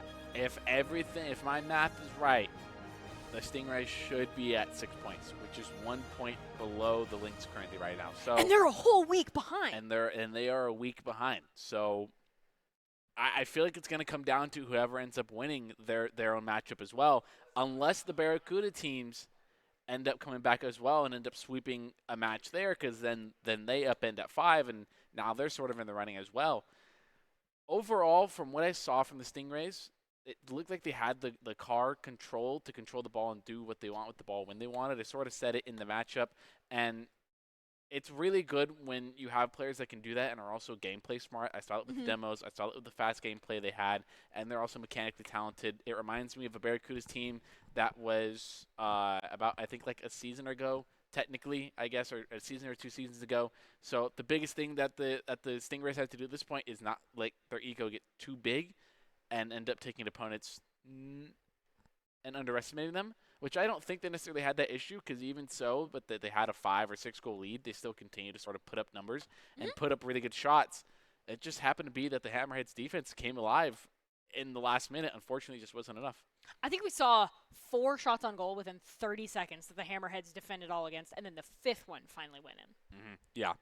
They put up some crazy defense. So definitely do have to go with that. Make-A-Wish and Esports Tower have joined forces in the month of April as the world streams for wishes. Gaming-related wishes from kids are among the fastest-growing wishes by children in the past years. With your help, we can grant wishes to kids in need, scan the QR code, and help Esports Tower and Make-A-Wish bring even more gaming-related wishes to life. There are Boise State ones, by the way. There are Boise State slots. Colin has some on the way. Yeah, they've been shipped. They've been ordered. If you couldn't tell, if you've seen me on this broadcast a lot, I maybe go to Boise State. You'll never know. Maybe I just wear the shirt for the fun of it.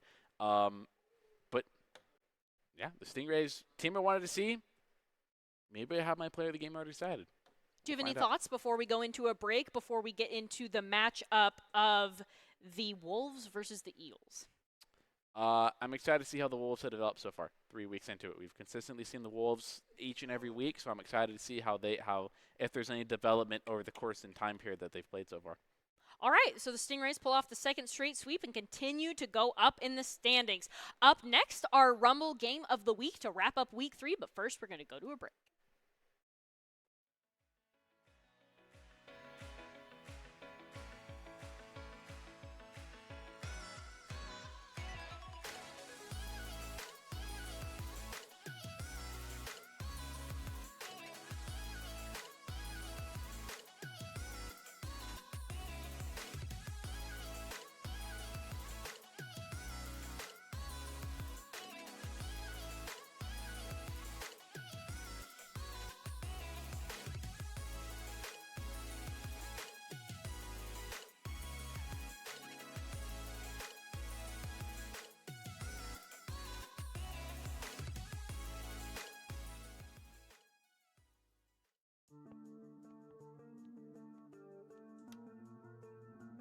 All this time you put in, summer, fall, morning, afternoon, now's your time. You're right here. You've done all the work. Now just make it happen. You have to earn your stripes. We can't win unless we're the most physical team. You have to earn it. Let's lock in. This is it. Go, go, go! You want to stay in this court? We're not giving you anything. You earn it. Get back! Get back! Hit deep. This is the time right now. Can't put it off until tomorrow.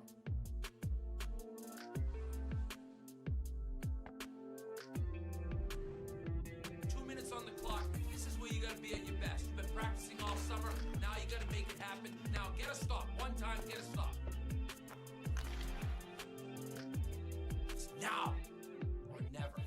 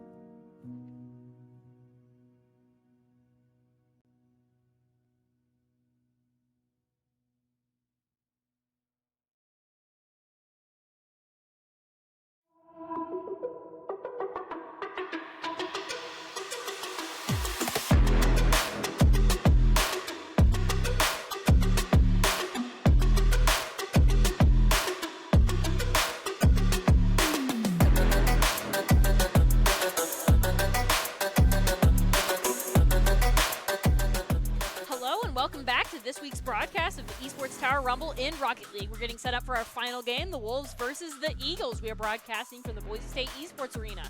Welcome back, Rumble players, families, and viewers. We're excited to not only give you the play-by-play of our favorite games, but also to support an incredible cause, the Make-A-Wish Foundation. Did you know that gaming wishes are the fastest growing request from sick kids? That's right, and with your help, we can make sure that more kids can have their gaming wishes granted. By donating to Make-A-Wish, you can help make a difference in the lives of these brave children. Whether it's getting them the latest gaming console, or setting up a gaming room, or even playing alongside them, your contribution can help us make their dreams a reality. I'm your host, Colby Alloway, and joining me to call all of the action is Colin McJunkin. So what do you expect from the Wolves versus the Eagles? The Wolves are the... I'm trying to think back on the last time we watched the Eagles. I know it was last week that we definitely watched the Eagles. In terms of the Eagles, I imagine that they're really hoping to turn around, get on the big stage. You know, that's sort of a big thing. It's sort of, for a coach's note, the Eagles want to continue working on their aggression on the offense and converting scoring chances into goals, which is definitely a thing that I feel like every team kind of has to work on. Even probably the pro teams end up working on that a little bit.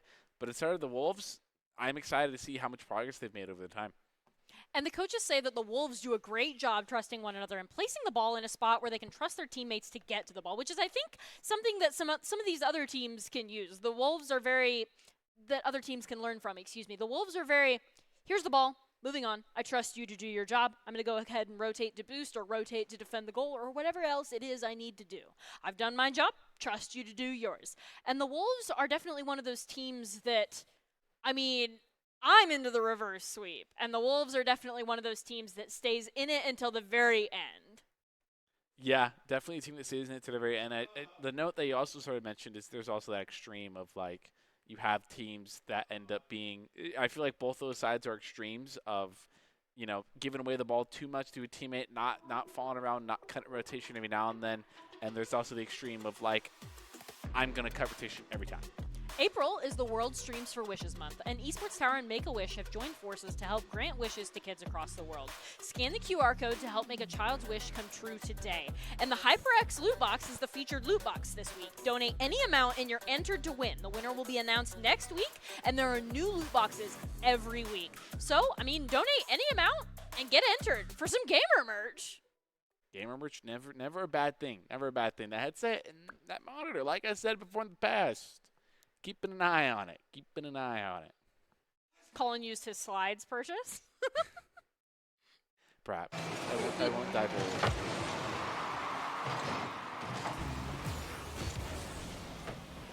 It looks like we do see Torque currently in possession of the ball. Actually just barely going to get a little bit of a touch on the ball, but actually more importantly is able to send it down. And it looks like Vault Slash. Ooh, Free Ink is going to get the first goal of the game. It's free real estate, Free Ink, putting the Eagles even with the Wolves. 4 minutes and 46 seconds remaining. A little bit of bump. No, the Wolves are up 4 minutes and 46 seconds remaining. Excuse me. A little bit of a bump there. Set up Free Ink for the open net. Right back, keeping it strong. Twitch going to elevate a little bit of double commit here as well.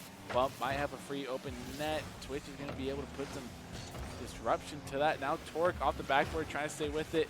Doesn't have the momentum to stay with it. Twitch now off the backboard, trying to get a read here. Is able to get a second touch, but it's not on target. Torque's going to get to 50. Trying to get a passing play going here. Trying to get it down to a teammate from the sidewall. It is going to happen. There is no stop from an Eagles defender. And Twitch was sitting there ready for the passing play. 2-0 for the side of the Wolves. Wolves are breaking away early. Love the D. I believe that was a D8. I didn't know that was a Rocket League intro there. Love that. Wolves up 2-0. 4 minutes and 20 seconds remaining, and the ball's just going to dance right along that line until Twitch Hope is going to kind of touch the ball next, and they send it over into the corner, and then immediately after that, we see the ball sent over to Anti and into the middle of the field as Free Ink gets possession, trying to get it past Vault Slash, but actually can't make it past that Eagles defender, as all three members of the Eagles are on the hard defense right now with a clear all the way over into the corner where Free Ink once again receives the ball. Twitch going to go and cut that rotation there, staying with it. Now Torque on the sidewall here, gets one touch, he's in the middle here. Might have some trouble keeping with it. Is able to get the tip of the car on it. Able to stay with it. Free Ink's going to get a 50. Trying to stay with it on the sidewall. There's going to get a second touch. There might be a shot by Twitch Hope. There is. It's a bit too far up and to the left.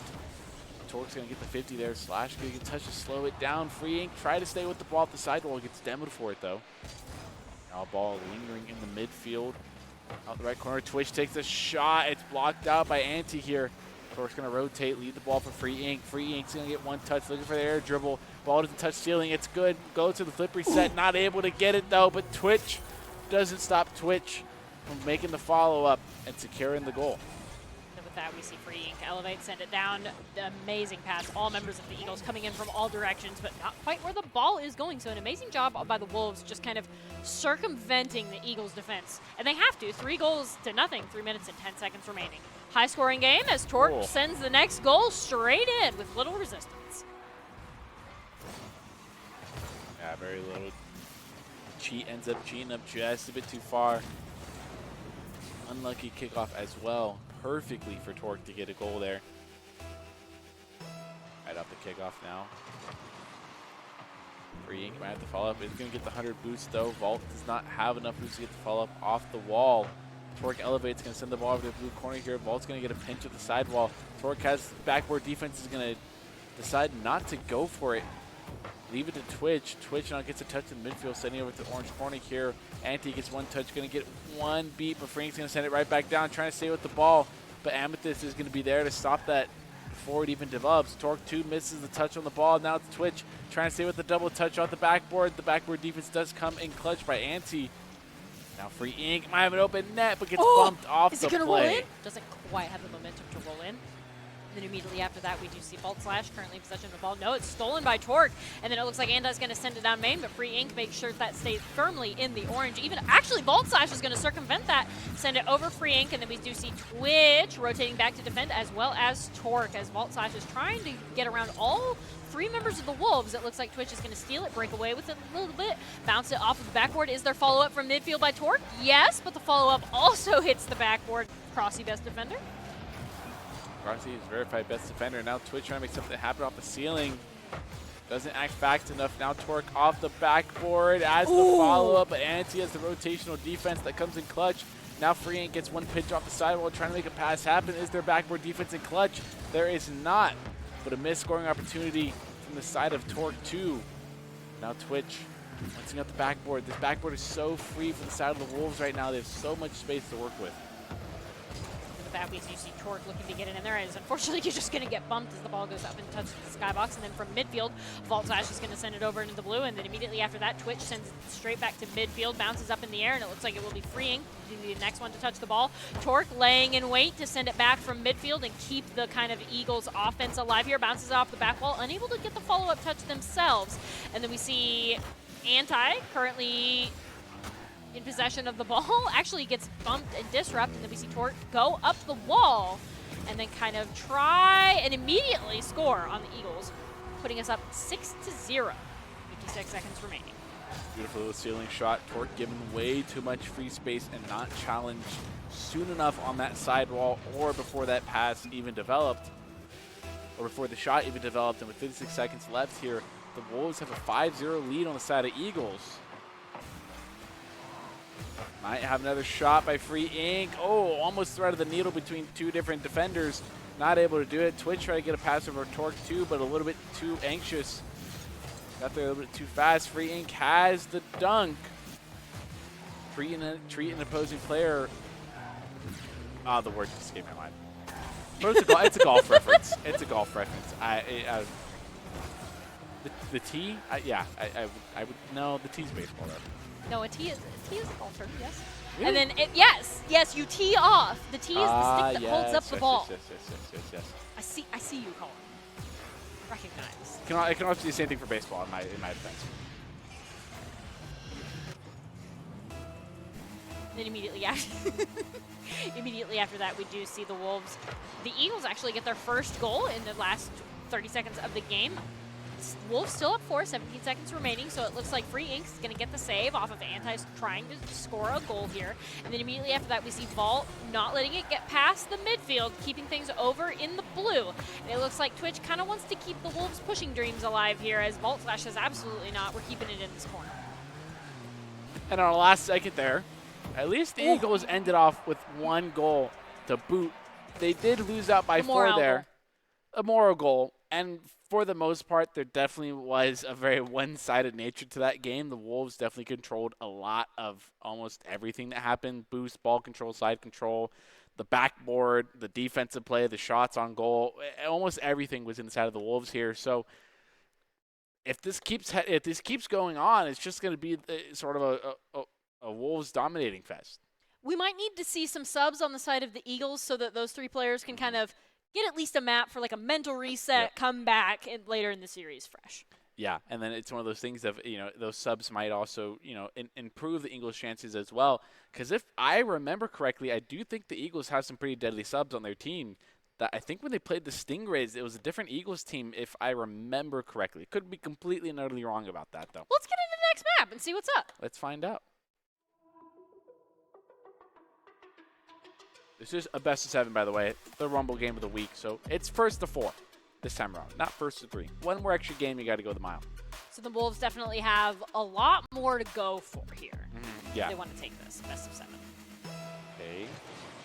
No switches? No switches. And right off the bat, it's going to be Twitch finding a kickoff goal. Catching the Eagles, taking a little bit of a snooze. Straight over Amethysticall, who then tries to move over. Gotta say, we might be a little bit early for the player of the game discussion, but I definitely think Twitch is just kind of taking names on the highway of Rocket League here.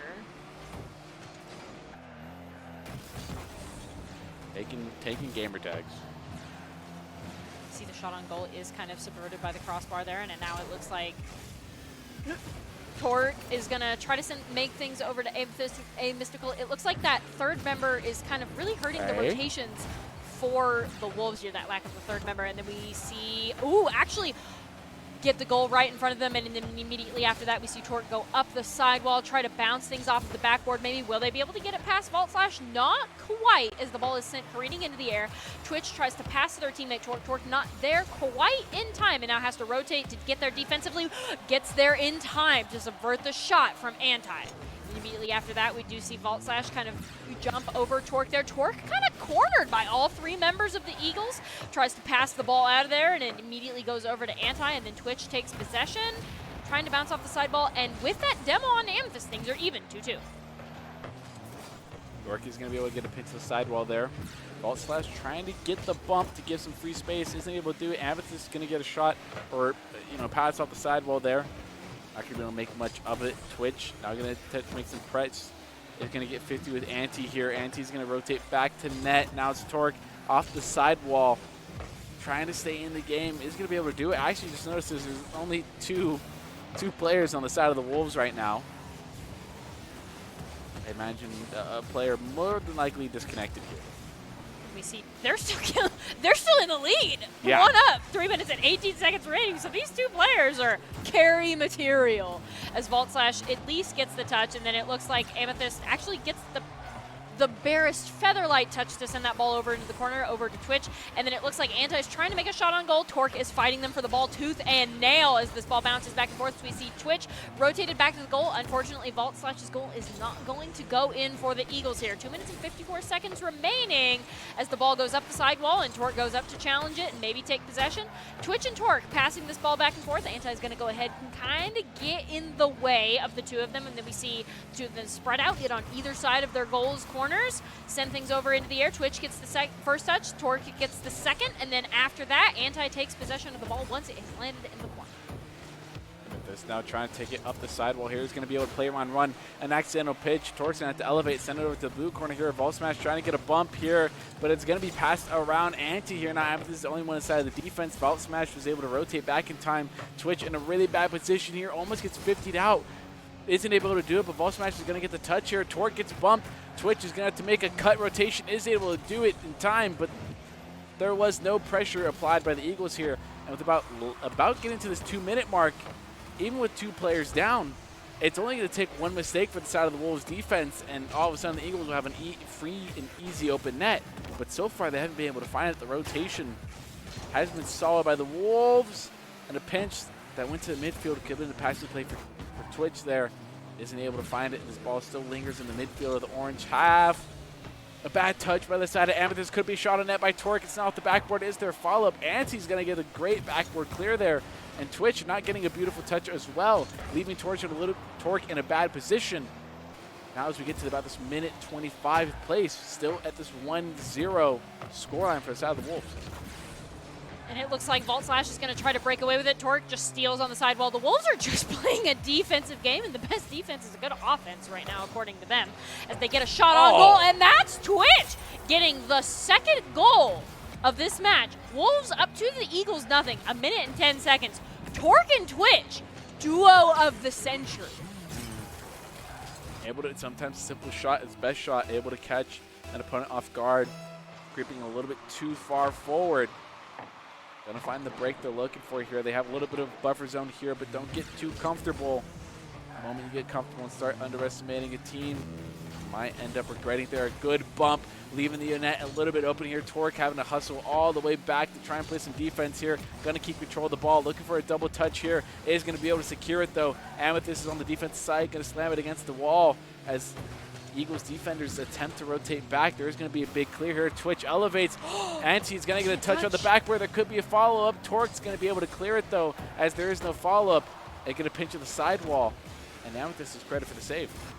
And it looks like Torque is trying to set Twitch up. Twitch running all the way back from backfield is forced to kind of walk back to backfield as Torque gets the demo. 2-2 here, and it looks like Twitch, that's their signal to go in, but Amethystical is going to send things up into the air, and then we see Torque send things over into the corner. Going to be hard to score a goal from there as Vault Slash kind of drifts in possession of the ball, takes things up to the sidewall, rotates back down to the ground. Twitch is just looking to spike this ball down so the Wolves can take this route. Now 2 seconds left. It's looking like it's going to go to the Wolves here right now. Even though they managed to take this W in a sense that down one player, I sort of hope they don't grow. 85% of total shots taken belongs to two players. Two players. Yeah. And it's definitely more than stats too. More than stats. It's also with their eyeballs that everyone sort of saw that even with 2 players, the Wolves are sort of a dominant team, and I feel like the Eagles weren't taking full advantage of that situation. Maybe it was a player disconnect, and they're showing some respect. But even so, that's understandable. Even so, I'd be but also like, at some point, you want to win. You want to win. And with that, the Wolves are a tsunami, and the Eagles are Florida. And the Eagles are a hurricane. Then does that make sense? Does that make more sense? No, no. You got to start from the beginning for me. You got to start from the beginning. Okay. Let's just back all the way up. You broke my brain. The Wolves are a dangerous force that the Eagles are trying to weather. Uh-huh. That's all I got. Okay. All right. Yeah. Fair. No, it's fair. Okay. There's 3 now, but even with 2, they're able to win it. And I would argue Free Ink is an equally deadly player as everyone else on this team. There could be a scoring opportunity if Twitch is able to clear this, and Free Ink now has possession and a lot of boost to work with here. So with that, we see the Free Ink kind of go off the ceiling. Free Ink has returned to the battle. We do see them try to pass it over to Torque. Torque has to flip a little Yui in the midfield to be able to get that follow-up. And actually, Vault Slash is just going to steal it out from under a ball, and Twitch sends it over into the corner. Going to be hard to score a goal from there as Anti-volleys it back to Torque, who sends the ball gliding up the side of the goal. But not in.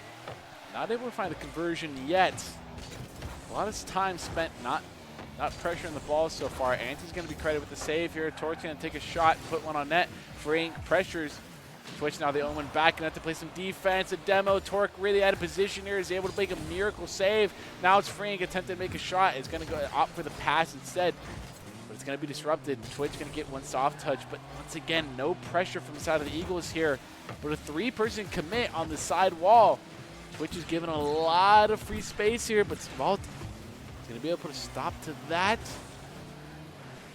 No real credible shots, in my opinion, have been put on target. We bounce one off of the backboard there, and then we see Free Ink kind of looking to send things over into the corner. It looks like Twitch is just barely going to miss that touch. Torque is going to disrupt and send the ball up into the air. Now everybody kind of has to run after it. We see Vault Slash get the touch, but the pinch between the other cars sends it up into the air and in the midfield, where it is then spiked down. We're following Torque, trying to, actually wasn't able to get high enough, so the Eagles are up 1 for the first time in this series against the Wolves. 3 minutes and 11 seconds remaining. Yeah, just some really bad touches from the side of the Wolves there. Not exactly the smartest use of their cars or their ability to possess the ball and keep control of it. Leaves the Eagles to a pretty easy goal there. We'll see if the Eagles can end up keeping this goal or end up not, but Torque's going to take possession here, looking to set up a pass. Flash is going to look for a little bit of triple commit here and a lot of misses. Twitch going to put a shot on net, but it hits the backboard. Free Ink tried to clean it up, not able to do it, and Torque gets absolutely dunked. Now it's up to Twitch as the last defensive hope is able to pull off a pinch here and keep it to a 1-goal game so far. We're back into midfield. Free Ink just barely misses the touch once again, and then we do see Vault Slash get the touch on midfield. We see Free Ink kind of contesting them for that ball, trying to stay a step ahead of the game, but it's actually Twitch that's going to come and subvert that potential goal, shot on goal by Vault Slash. And then immediately after that, we're going to see Twitch maybe try to put their own shot on goal. Now this time it's Vault Slash credited with the save. Just kind of the back and forth there, and then we see Torque try to send things into the corner. All 3 members of the Eagles are directly in front of that net. And with one demoed, now might be the opportunity for the Wolves to kind of try to tie up the scoreline. As the Wolves end up losing out this game, they're going to severely regret not converting that goal that was quite literally on the Eagles scoreline there. Free Ink trying to put another pass up. It was there, but there was no follow-up here. A little bit of a double beat there. Free Ink. That's a close defensive play. Is going to be able to do it. Twitch not going to cut back on that play. Now it's Vault Smash is going to boom the ball to the other side. Torque has to place it backward. Defense isn't able to get a touch. There could have been a shot on net, but it wasn't taken by Vault Slash. Now Anti trying to set up a pass. Let's get it around several defenders, but not able to set up a teammate.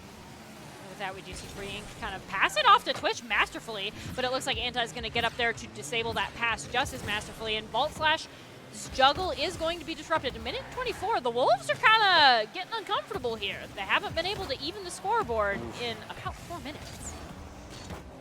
I really think that the Wolves just sort of need to take an easier shot.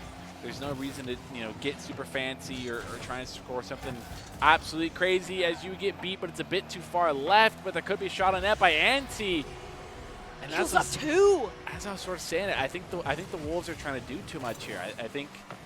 I do think this commit by Free Ink to go for the boost is quite odd as well. Naturally, that read and that bounce is going to bounce back into the main field. And if there's somebody playing there, unless you checked behind you and know nobody's absolutely there, but I doubt you did.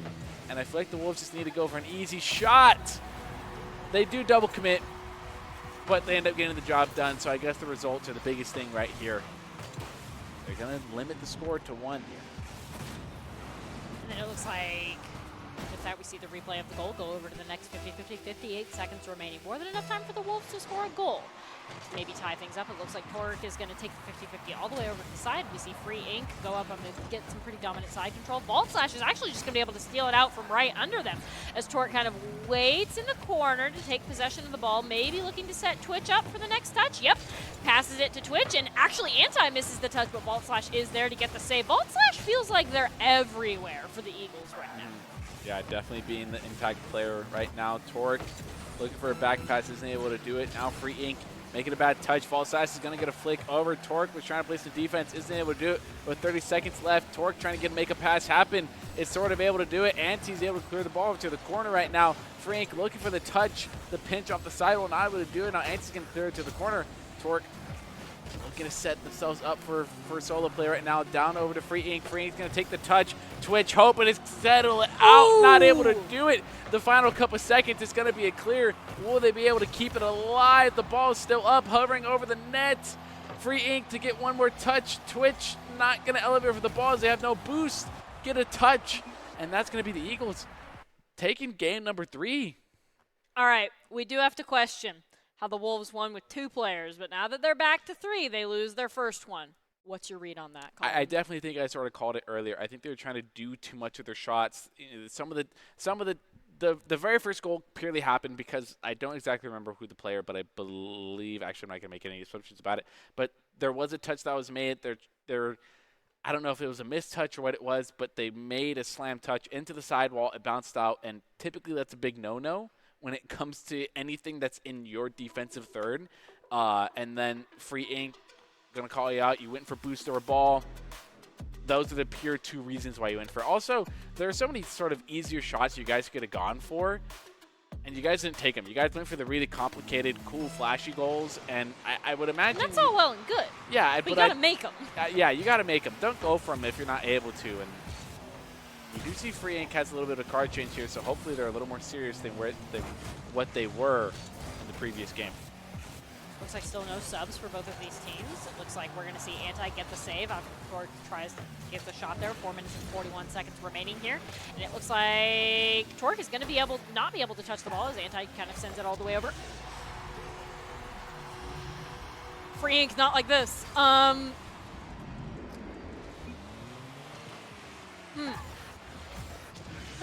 Eagles up 1, 4 minutes and 34 seconds remaining. Starting off the kickoff here. Free Ink gonna have to pull some redemption points out. Torque can control the ball, perhaps put it in scoring territory. Anti might have a shot. Twitch is gonna be able to 50 it out there. Free Ink's gonna send the ball up to the corner here.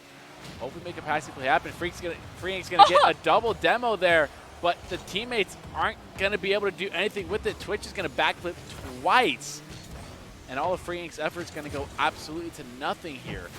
As Free Ink just going on a demo spree right now. Twitch trying to go for a backboard double touch.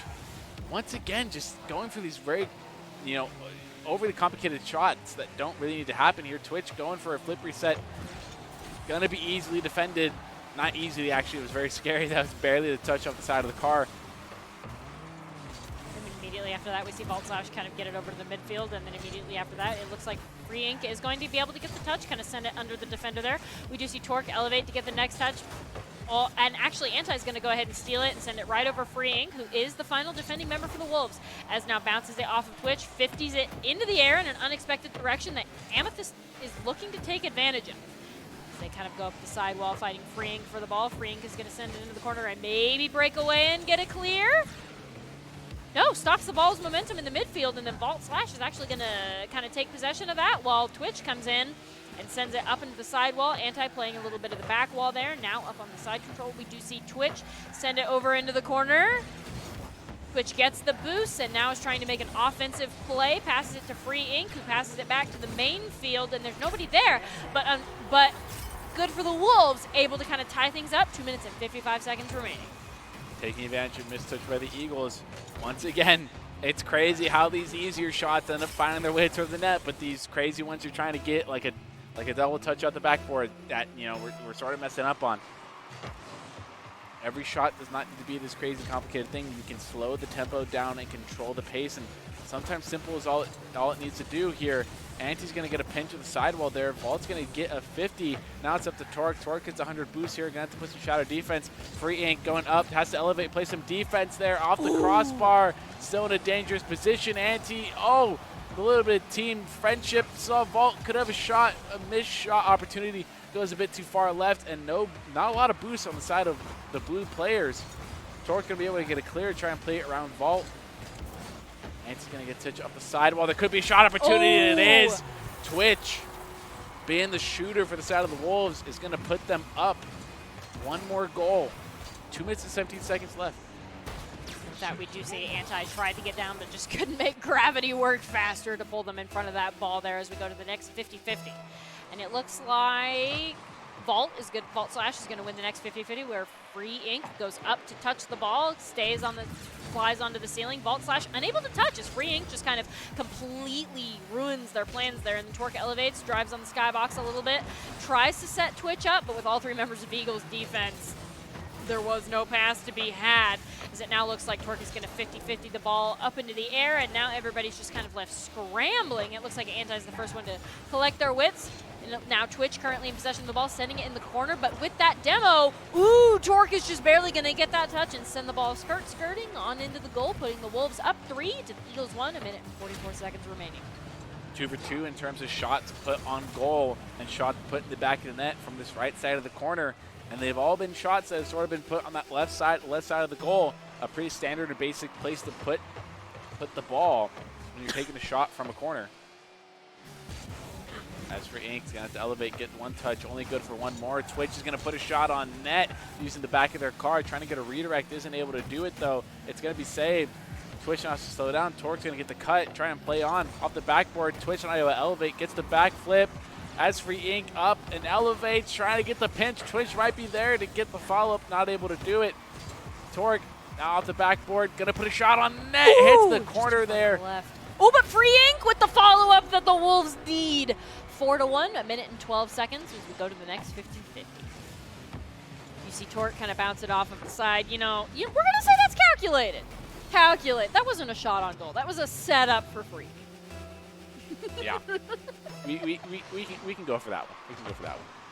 And then the 50-50 is going to send the ball up into the air, and then we see Free Inc currently in possession of the ball, bouncing it off of the sidewalls, looking to set up Twitch mid, but Anti's just going to break away and get, almost get a goal on an empty net. Just the accuracy was 10% lacking. It goes too far to the right. There's Free Inc trying to get something happen on the ceiling. Isn't able to do it. Loses the flip. Not able to stick with it. Now Torque gets one up off the ceiling. To touch the ceiling vault, trying to get a read here. It's an interesting little touch. Twitch to put something on the corner of the net. Not able to keep the momentum, not able to conserve the momentum after the flip. Read the ball a little bit wrong. Amethyst just mere inches away from saving the ball.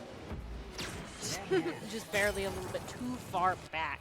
And then as we go to the next 50, Wolves up 4, 5-1, 36 seconds remaining. The Eagles have maybe got to mentally reset, make sure they're still in the game. We kind of see them bounce up around that corner there, and then we see Twitch kind of send things over to the side, and then we see Free Inc get a breakaway, and it looks like Anti's looking to be the big defender here. Clears it away from the Wolves, now goes up the sidewall, and has an opportunity to be aggressive, but chooses to pass it to Vault Slash, who then sends it up into the air. Torque unable to defend, but Twitch just kind of plays the goalie, gets the save, and with that, Free Inc breaks away and scores another goal for the Wolves. Able to find a break here. I do like the full man press offense. Talked about it before, a little bit of hockey strat. Not exactly the same implication in terms of Rocket League, but when you're down that far, you might as well just commit the whole yard of you to attempt to make a goal. But with the 5-goal deficit and merely 5 seconds left to score, I think it's GG's for the side of this game. Torque is going to put it up one more here, and Brazil the Eagles. You said you can do it now. 2 seconds left. It's a GG's go next. I do think the Eagles, I think maybe some subs would help. I think they definitely need the opportunity to mentally reset after this match 7-1. It looks like Free Inc's going to get things up into the air. The Eagles are maybe looking to score a goal, but unfortunately that ball is going to be spiked down by the Wolves. Now match point here. What are your tips for not tilting? For not tilting? Heck if I know. I don't know. I tilt every time. No, I'm kidding. This is why Colin isn't on the team. I would. Oh, that one hurt. That one hurt. That was an unnecessary shot. I would guess. I mean, not really guess, but sort of getting up out of your seat, take a step away, relax. The biggest thing is mental. It's in your head. It's ultimately up to you, right? You are the one that gets tilted. And as tilting as something can be, like a demo or a missed touch or backflipping or not getting your shot on net. At the end of the day, it's you, and it's a competition. So it's got to be, I got to want it more. And if you want more than the other team, you're going to find strategies and ways to get over being tilted. We see it over into the corner, Colin. Sage advice.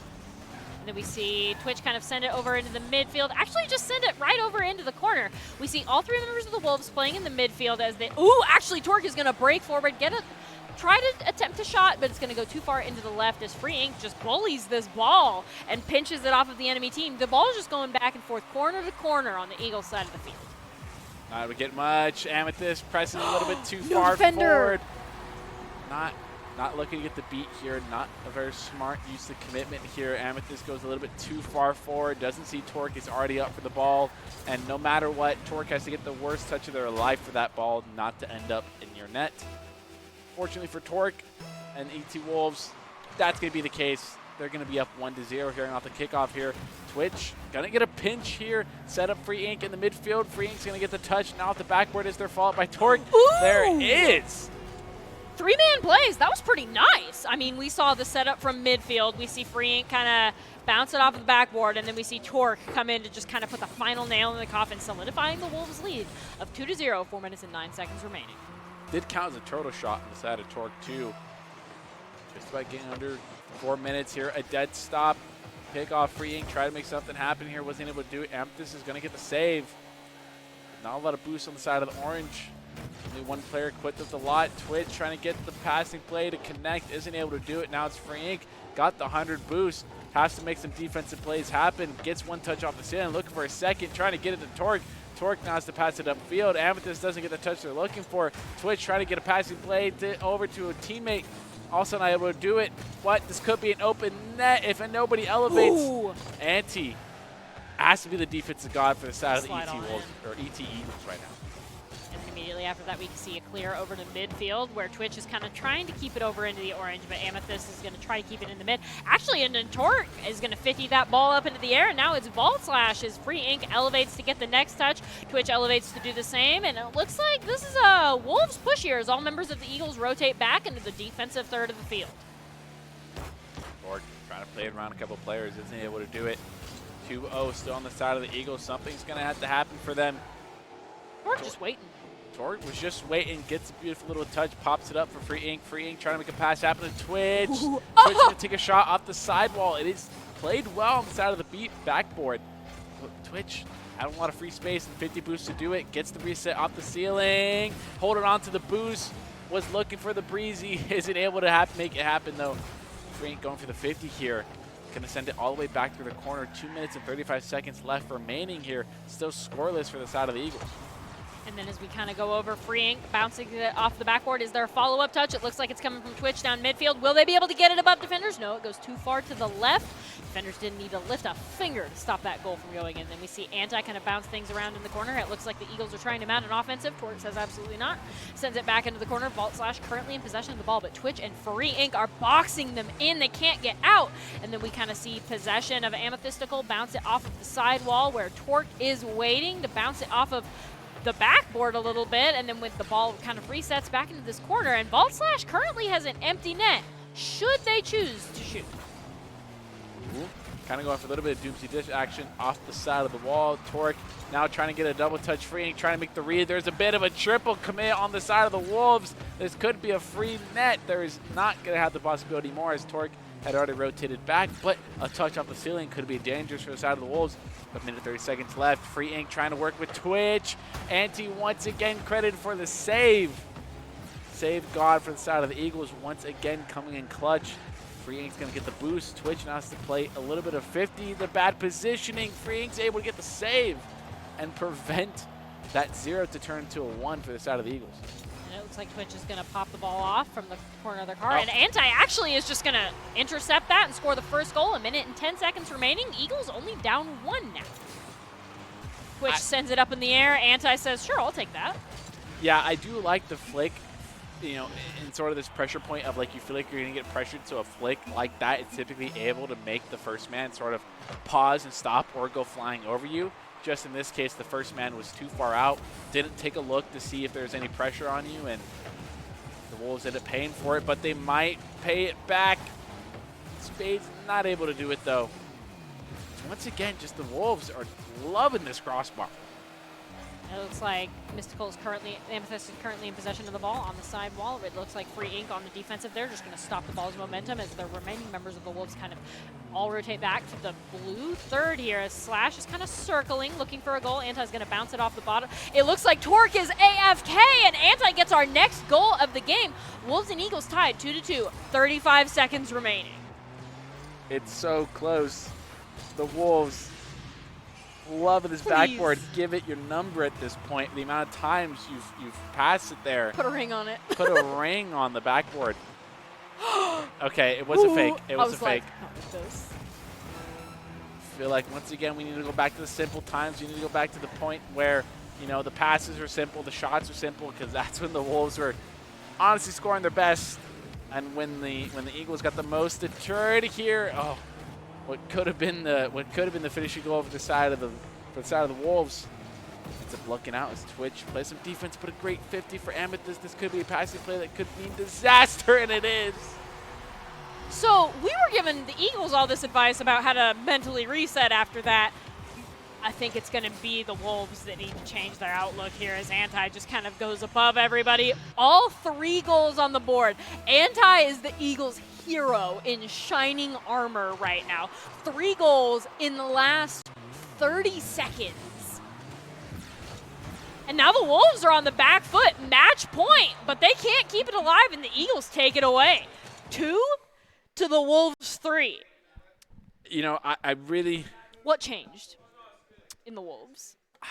You know, I just feel like they're really starting to underestimate them. I'm honestly a little disappointed in the way they've played it, and I keep saying it time and time again. Once again, I feel like a broken record every time I come on this desk to talk about Rocket League for Esports Tower, because there's just this level of inconsistency in going for these really skilled shots and going for the shots that require a little bit more mechanical ability, and that are these like. Either A, you have to be an extremely mechanical player, like some in-house players like Dirtho, who hit these shots on the daily, or you should realistically not be going for them. Yes, you hit them every now and then, and it's cool. Get me. I do the same thing, but in a competitive sense, I feel like at the end of the day, you just have to be like, hey, let's set it up for some simple backboard passes. Somebody plays a little bit deeper and just waits for the mistakes to occur. This ain't practice time, Wolves. You got to get your heads in the game and respect your opponent. Otherwise, Anti's coming for your goal line. Yeah, you had a 2-goal lead, and you somehow lost it. I feel like at that point, you have to go back to the drawing board, and there's got to be something you fix. There's no way it's Put just... some respect on the Eagles' name. Yeah. Kind of see Anti, and actually Free Ink goes in the skybox, passes it over to Torque in front of the goal, sends it over into the next corner. We see Amethyst kind of go up the sidewall. Torque going up the sidewall, actually has an empty net. Doesn't quite have the shot as Anti just barely bumps and disrupts that. We do see Amethyst and Free Ink kind of fighting each other for the ball in this corner. We see Free Ink kind of get a clear to main, passes it to Vault Slash. Back and forth, they're just passing it down this field. And then we see Twitch get it clear all the way over into the orange corner, where now the Wolves are trying to find a way out. Missed shot opportunity from the side of Twitch there. Torque trying to make up for it here. Send it back into orange corner. Free Ink going for an interesting angle for a shot. Trying to get a passing play to happen. Doesn't go for it. Now it's Twitch making a cut rotation here.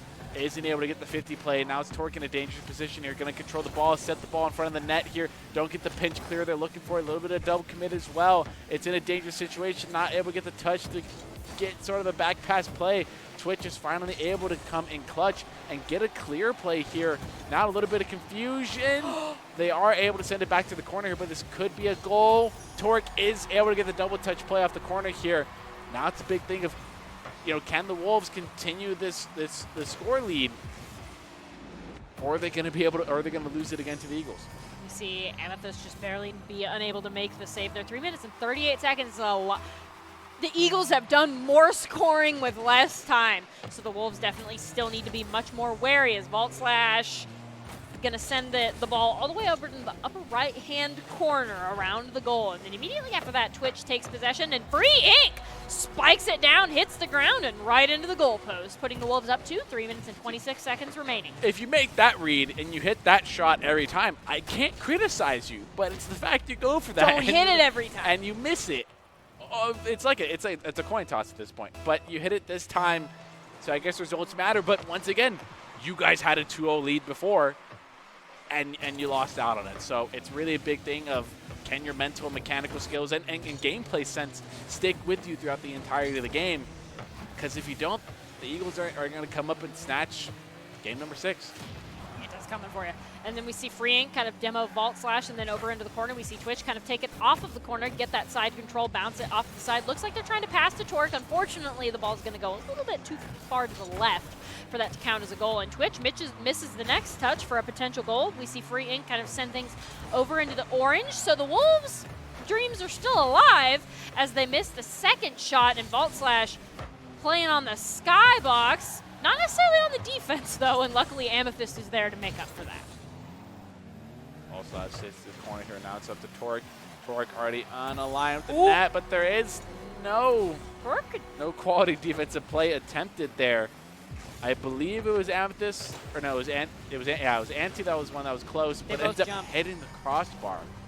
They end up making the read wrong, and that's the Wolves getting a staggering more lead. This is more than what they had in the last game here with 2 minutes and 3 seconds left to go. Free Ink's going to send it over to the corner here. Now it's Anti going to send back over to the sidewall. Doesn't able to get a clear touch here. So is Twitch. Torque is able to clear over to the corner here. Amethyst also going to make a missed touch as well. Now it's Torque. One more off the backboard here, looking for a touchdown. Is able to find it. Looking on him. The Wolves team has finally come alive here. They've sort of said, you know, all right, we're going to end it out here. They start making these touches and these passing plays to themselves. The solo plays are finally coming alive. They're starting to connect with their solo plays, and you know, against a team like the Eagles, who is going to give you a lot of free room in the air, it's a deadly approach when these things start connecting. Oh, but as I sort of say that, the Eagles are going to get a kickoff goal, and now it's back to a 3-goal game. They're focused on the more individual play instead of the basics of Rocket League. They're making some of these mechanically intensive shots at the cost of leaving your net open off of the 50-50. Yeah. Straining it a little bit here, Wolves. I would say if the Eagles were a team that were able to convert more and recognize the mistakes their opponents are making, you'd be in a lot more trouble right now. But the Eagles 5-1. are making just as many sort of mistakes as the Wolves are. The Wolves cleaned it up a little bit more over time, though. 2 minutes and 3 seconds remaining. The Eagles are at a 4-goal deficit if they want to tie. But, you know, they're pretty good at making 50-50 goals, so we'll see what kind of happens here. It looks like Amethystical is going to win the 50-50.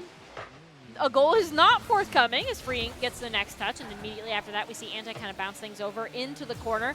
Twitch is the one to get the next touch, and it goes over Anti, but still kind of stuck in the midfield here as actually Twitch passes right in front of Amethyst, and Amethyst says, thanks for the free point. Yeah, Twitch makes a missed touch on the buttons or just makes a misread on that ball and gives Amethyst a completely open net there for their taking. And the Eagles are keeping that a 3-goal game, so you cannot discredit them on that fact alone. And Free Ink attempting to go for a ceiling play, isn't able to make it happen. Looking for a pitch with Twitch. I don't think any defender realistically saw that coming. I know I didn't see that. Couldn't see Twitch until the very last second. Where did he even come from? Midfield, and Amethyst was actually really close to making that save, just centimeters off. Amethyst's hairs were disturbed by the ball whizzing by. Yep. And then it looks like we kind of sent things over into the corner. It looks like Vault Slash is going to elevate to get that ball and hope. Actually, just going to miss the touch a little bit there. And then Anti is going to bounce it off of the corner, off of the skybox, get it clear to midfield where Twitch once again takes possession, passes it, trying to pass it to Free Ink, perhaps. And then Torque down the midfield, kind of skirts it into the corner there, and then Anti's able to take possession, and that's a momentarily empty net for the Wolves here, but unfortunately the Eagles are not able to capitalize on that. 1 minute and 8 seconds remaining, the Wolves up 6-2. Or goes to the 50 here, now get under the minute section here of the game. Twitch is going to get a big clear. Free Ink trying to get a redirect or a pass over to Twitch. Isn't going to be able to make it happen here. Now it's Wait, or it's Vault that has possession of the ball, trying to play it around a couple. Is able to play it around Twitch, though, but no more than one here. Anti's going to miss the touch on the ball. Free Ink going for a solo play off the wall again. Gets disrupted by Twitch. Off the back where there could be a follow-up by Torque. There was, but the shot goes a bit too wide here. And now the ball just sort of left in the midfield. It could be Vault Slash's chance to make a play there, not as they're disrupted. And Amethyst is able to get defensive play. Credited for the save. Now Twitch looking for the passing play to develop. But it's going to be the ET Eagles with less than 20 seconds here. It's looking desperate. 5 seconds per goal if they want to tie. And it looks like Twitch is going to get demoed, which might present an opportunity here as Amethyst and Anti gets the shot in the corner as the final 8 seconds dwindle. The Wolves with a 4-point lead at match point. Looks like Twitch is going to kind of just keep it on the top of their car, send it up into the air. Vault Slash looking to get the touch, but Torque just kind of crushes their dreams right in front of him as the ball is still in the air. Can't unwinnable round for the Eagles as Amethyst pops it back up into the air, and both of these teams are kind of looking to score in OT. The ball is going to kind of roll on the edges a little bit there, and then we see it finally touch the ground, and that is game to the Wolves. Good job on the Eagles, though, for punishing your opponents. Yeah, finally able to make all this stuff start connecting. In the last game, more than anything, I feel like if it would have started out earlier, or if these shots that they were going for would have connected like it was in this game, this would have been a 4-0 sweep, but it wasn't. So it ended up going 4-2. Show off your favorite college team apparel, whether it's Boise State or someone else. iSlides and Esports Tower have teamed up with the World of Streams for Wishes. Scan the QR code on screen and a portion of your purchase will go to Make-A-Wish. Make sure to use the promo code WISHES. Colin's got some on the way, so you definitely should too. So before we take a look at our ET player of the game, let's take a look at how the standings are looking after our Spring Rocket League Rumble Series after week 1. Week 3, excuse me. We're going to see the finish stand. Honestly, my predictions, Stingrays have got to move up. No, definitely still moved up. Lynxes are still probably at the top with 7 points. I think it's going to be all 4 Lynx players, probably 2 or 3 Stingray players, I would say. I would say at least 2. I would say minimum 2. And then from there, I think the Mammoths will still have a couple there. The Eels might have some players there. Beyond that, it's a toss-up for my head. And I think the Wolves not getting the sweep is definitely going to hurt them in the standings. Because we saw a Wolves player like kind of in the 6-7 spot. And I think that not getting the sweep and the Stingrays getting the sweep. The Stingrays are coming for your crown, Lynxes. I definitely do, just have to say. Sweeping 2 weeks in a row after sleeping the first week, they're coming after you. It's a lot more sweeps than – no. I think the same amount of sweeps that they've had before. Okay, so skipping standings, let's transition to the player of the game discussion. Dot. I want to nominate – if we're nominating an underdog, I want to go for Anti. Because I definitely think that Anti was a standout player for the Eagles that punished the Wolves, even though the Wolves ended up winning in the end. Being the save god. Gonna find out who it's Phantom. So it's still a Stingrays player. Same team. Close enough. I was close enough, but yeah, definitely Phantom. I feel like every player on this team during this series could have been a standout player for player of the game. It was a 3-0 sweep, and to sweep a team, you need either one player that's absolutely the carry or all 3 contributing to the success of the team. Definitely, and tonight's player of the game is brought to you by Esports Tower. April, we stream for wishes. That's why we're asking for your support in helping us grant these gaming wishes and in support of making a wish. By donating, you can help us make these dreams a reality for amazing kids. Phantom is the Esports Tower player of the game. And then we kind of just see them skirted into the goal there, elevate up there. Is there a pass by Mainfield? Actually, no. I think this is one of the ones that they just cross map. Yeah, this was the chef's kiss of the night. We see them rotate around their goal, give themselves the time and space, and then just aerial dribble it all the way into the goal. And frankly, I got goosebumps after that play. More like they were given the time and space to do that. That's true. Give yourself the time and shot space. them down. Somebody could have gone up for that ball and stopped it very easily. But yeah, I feel like to end it out, going to be a broken record again. I'm excited. More than anything, I want to see I wish at the end of the season I could wish to see a progression of like a team from like week 1 to like the final week and see how much their play style has changed. So.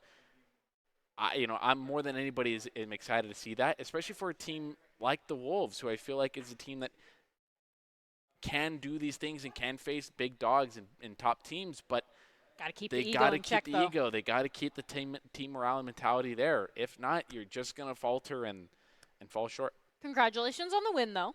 And congratulations to all of our team on a fantastic Week 3 to our Spring Rumble Series. The Stingrays might be the hottest team right now heading into Week 4, coming after the Lynxes with back-to-back sweeps in the last 2 weeks. And I wonder if there's anybody else that can slow them down. Make sure you join us next Wednesday at 6 p.m. EST as we head into Week 4 as everyone battles it out for that top spot. We'll close out with the top 5 sponsored by Esports Tower. You know how much gaming means to so many of us, and we can only imagine how much it means to to these kids. Let's come together and make a difference in their lives and help support Make-A-Wish. I'm Colby, and this is Colin, and thanks for watching.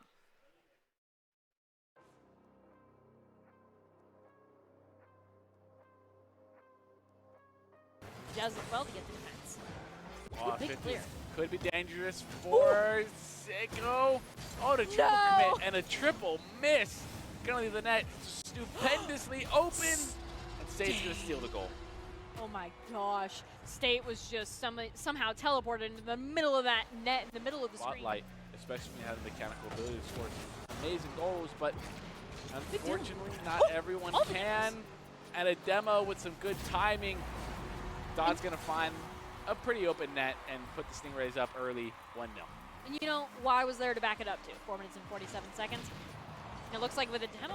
Rest and Pepperoni, Fanny trying to set up a little bit of passing play here. He's gonna be able to do it. One more touch on the sidewall.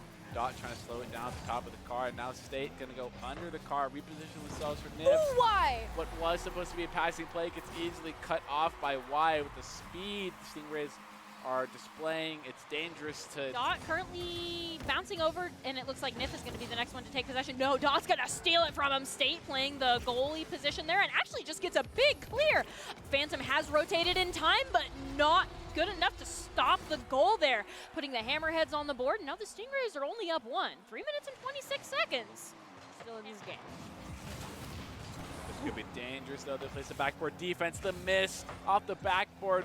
Y had a shot to take, wasn't going to be able to do it. Sicko trying to get a disrupt on Phantom. Phantom's going to flick it over 1 and an open net. Some beautiful mechanical display there from the side of the Stingrays. Even though 2 members end up missing some shots,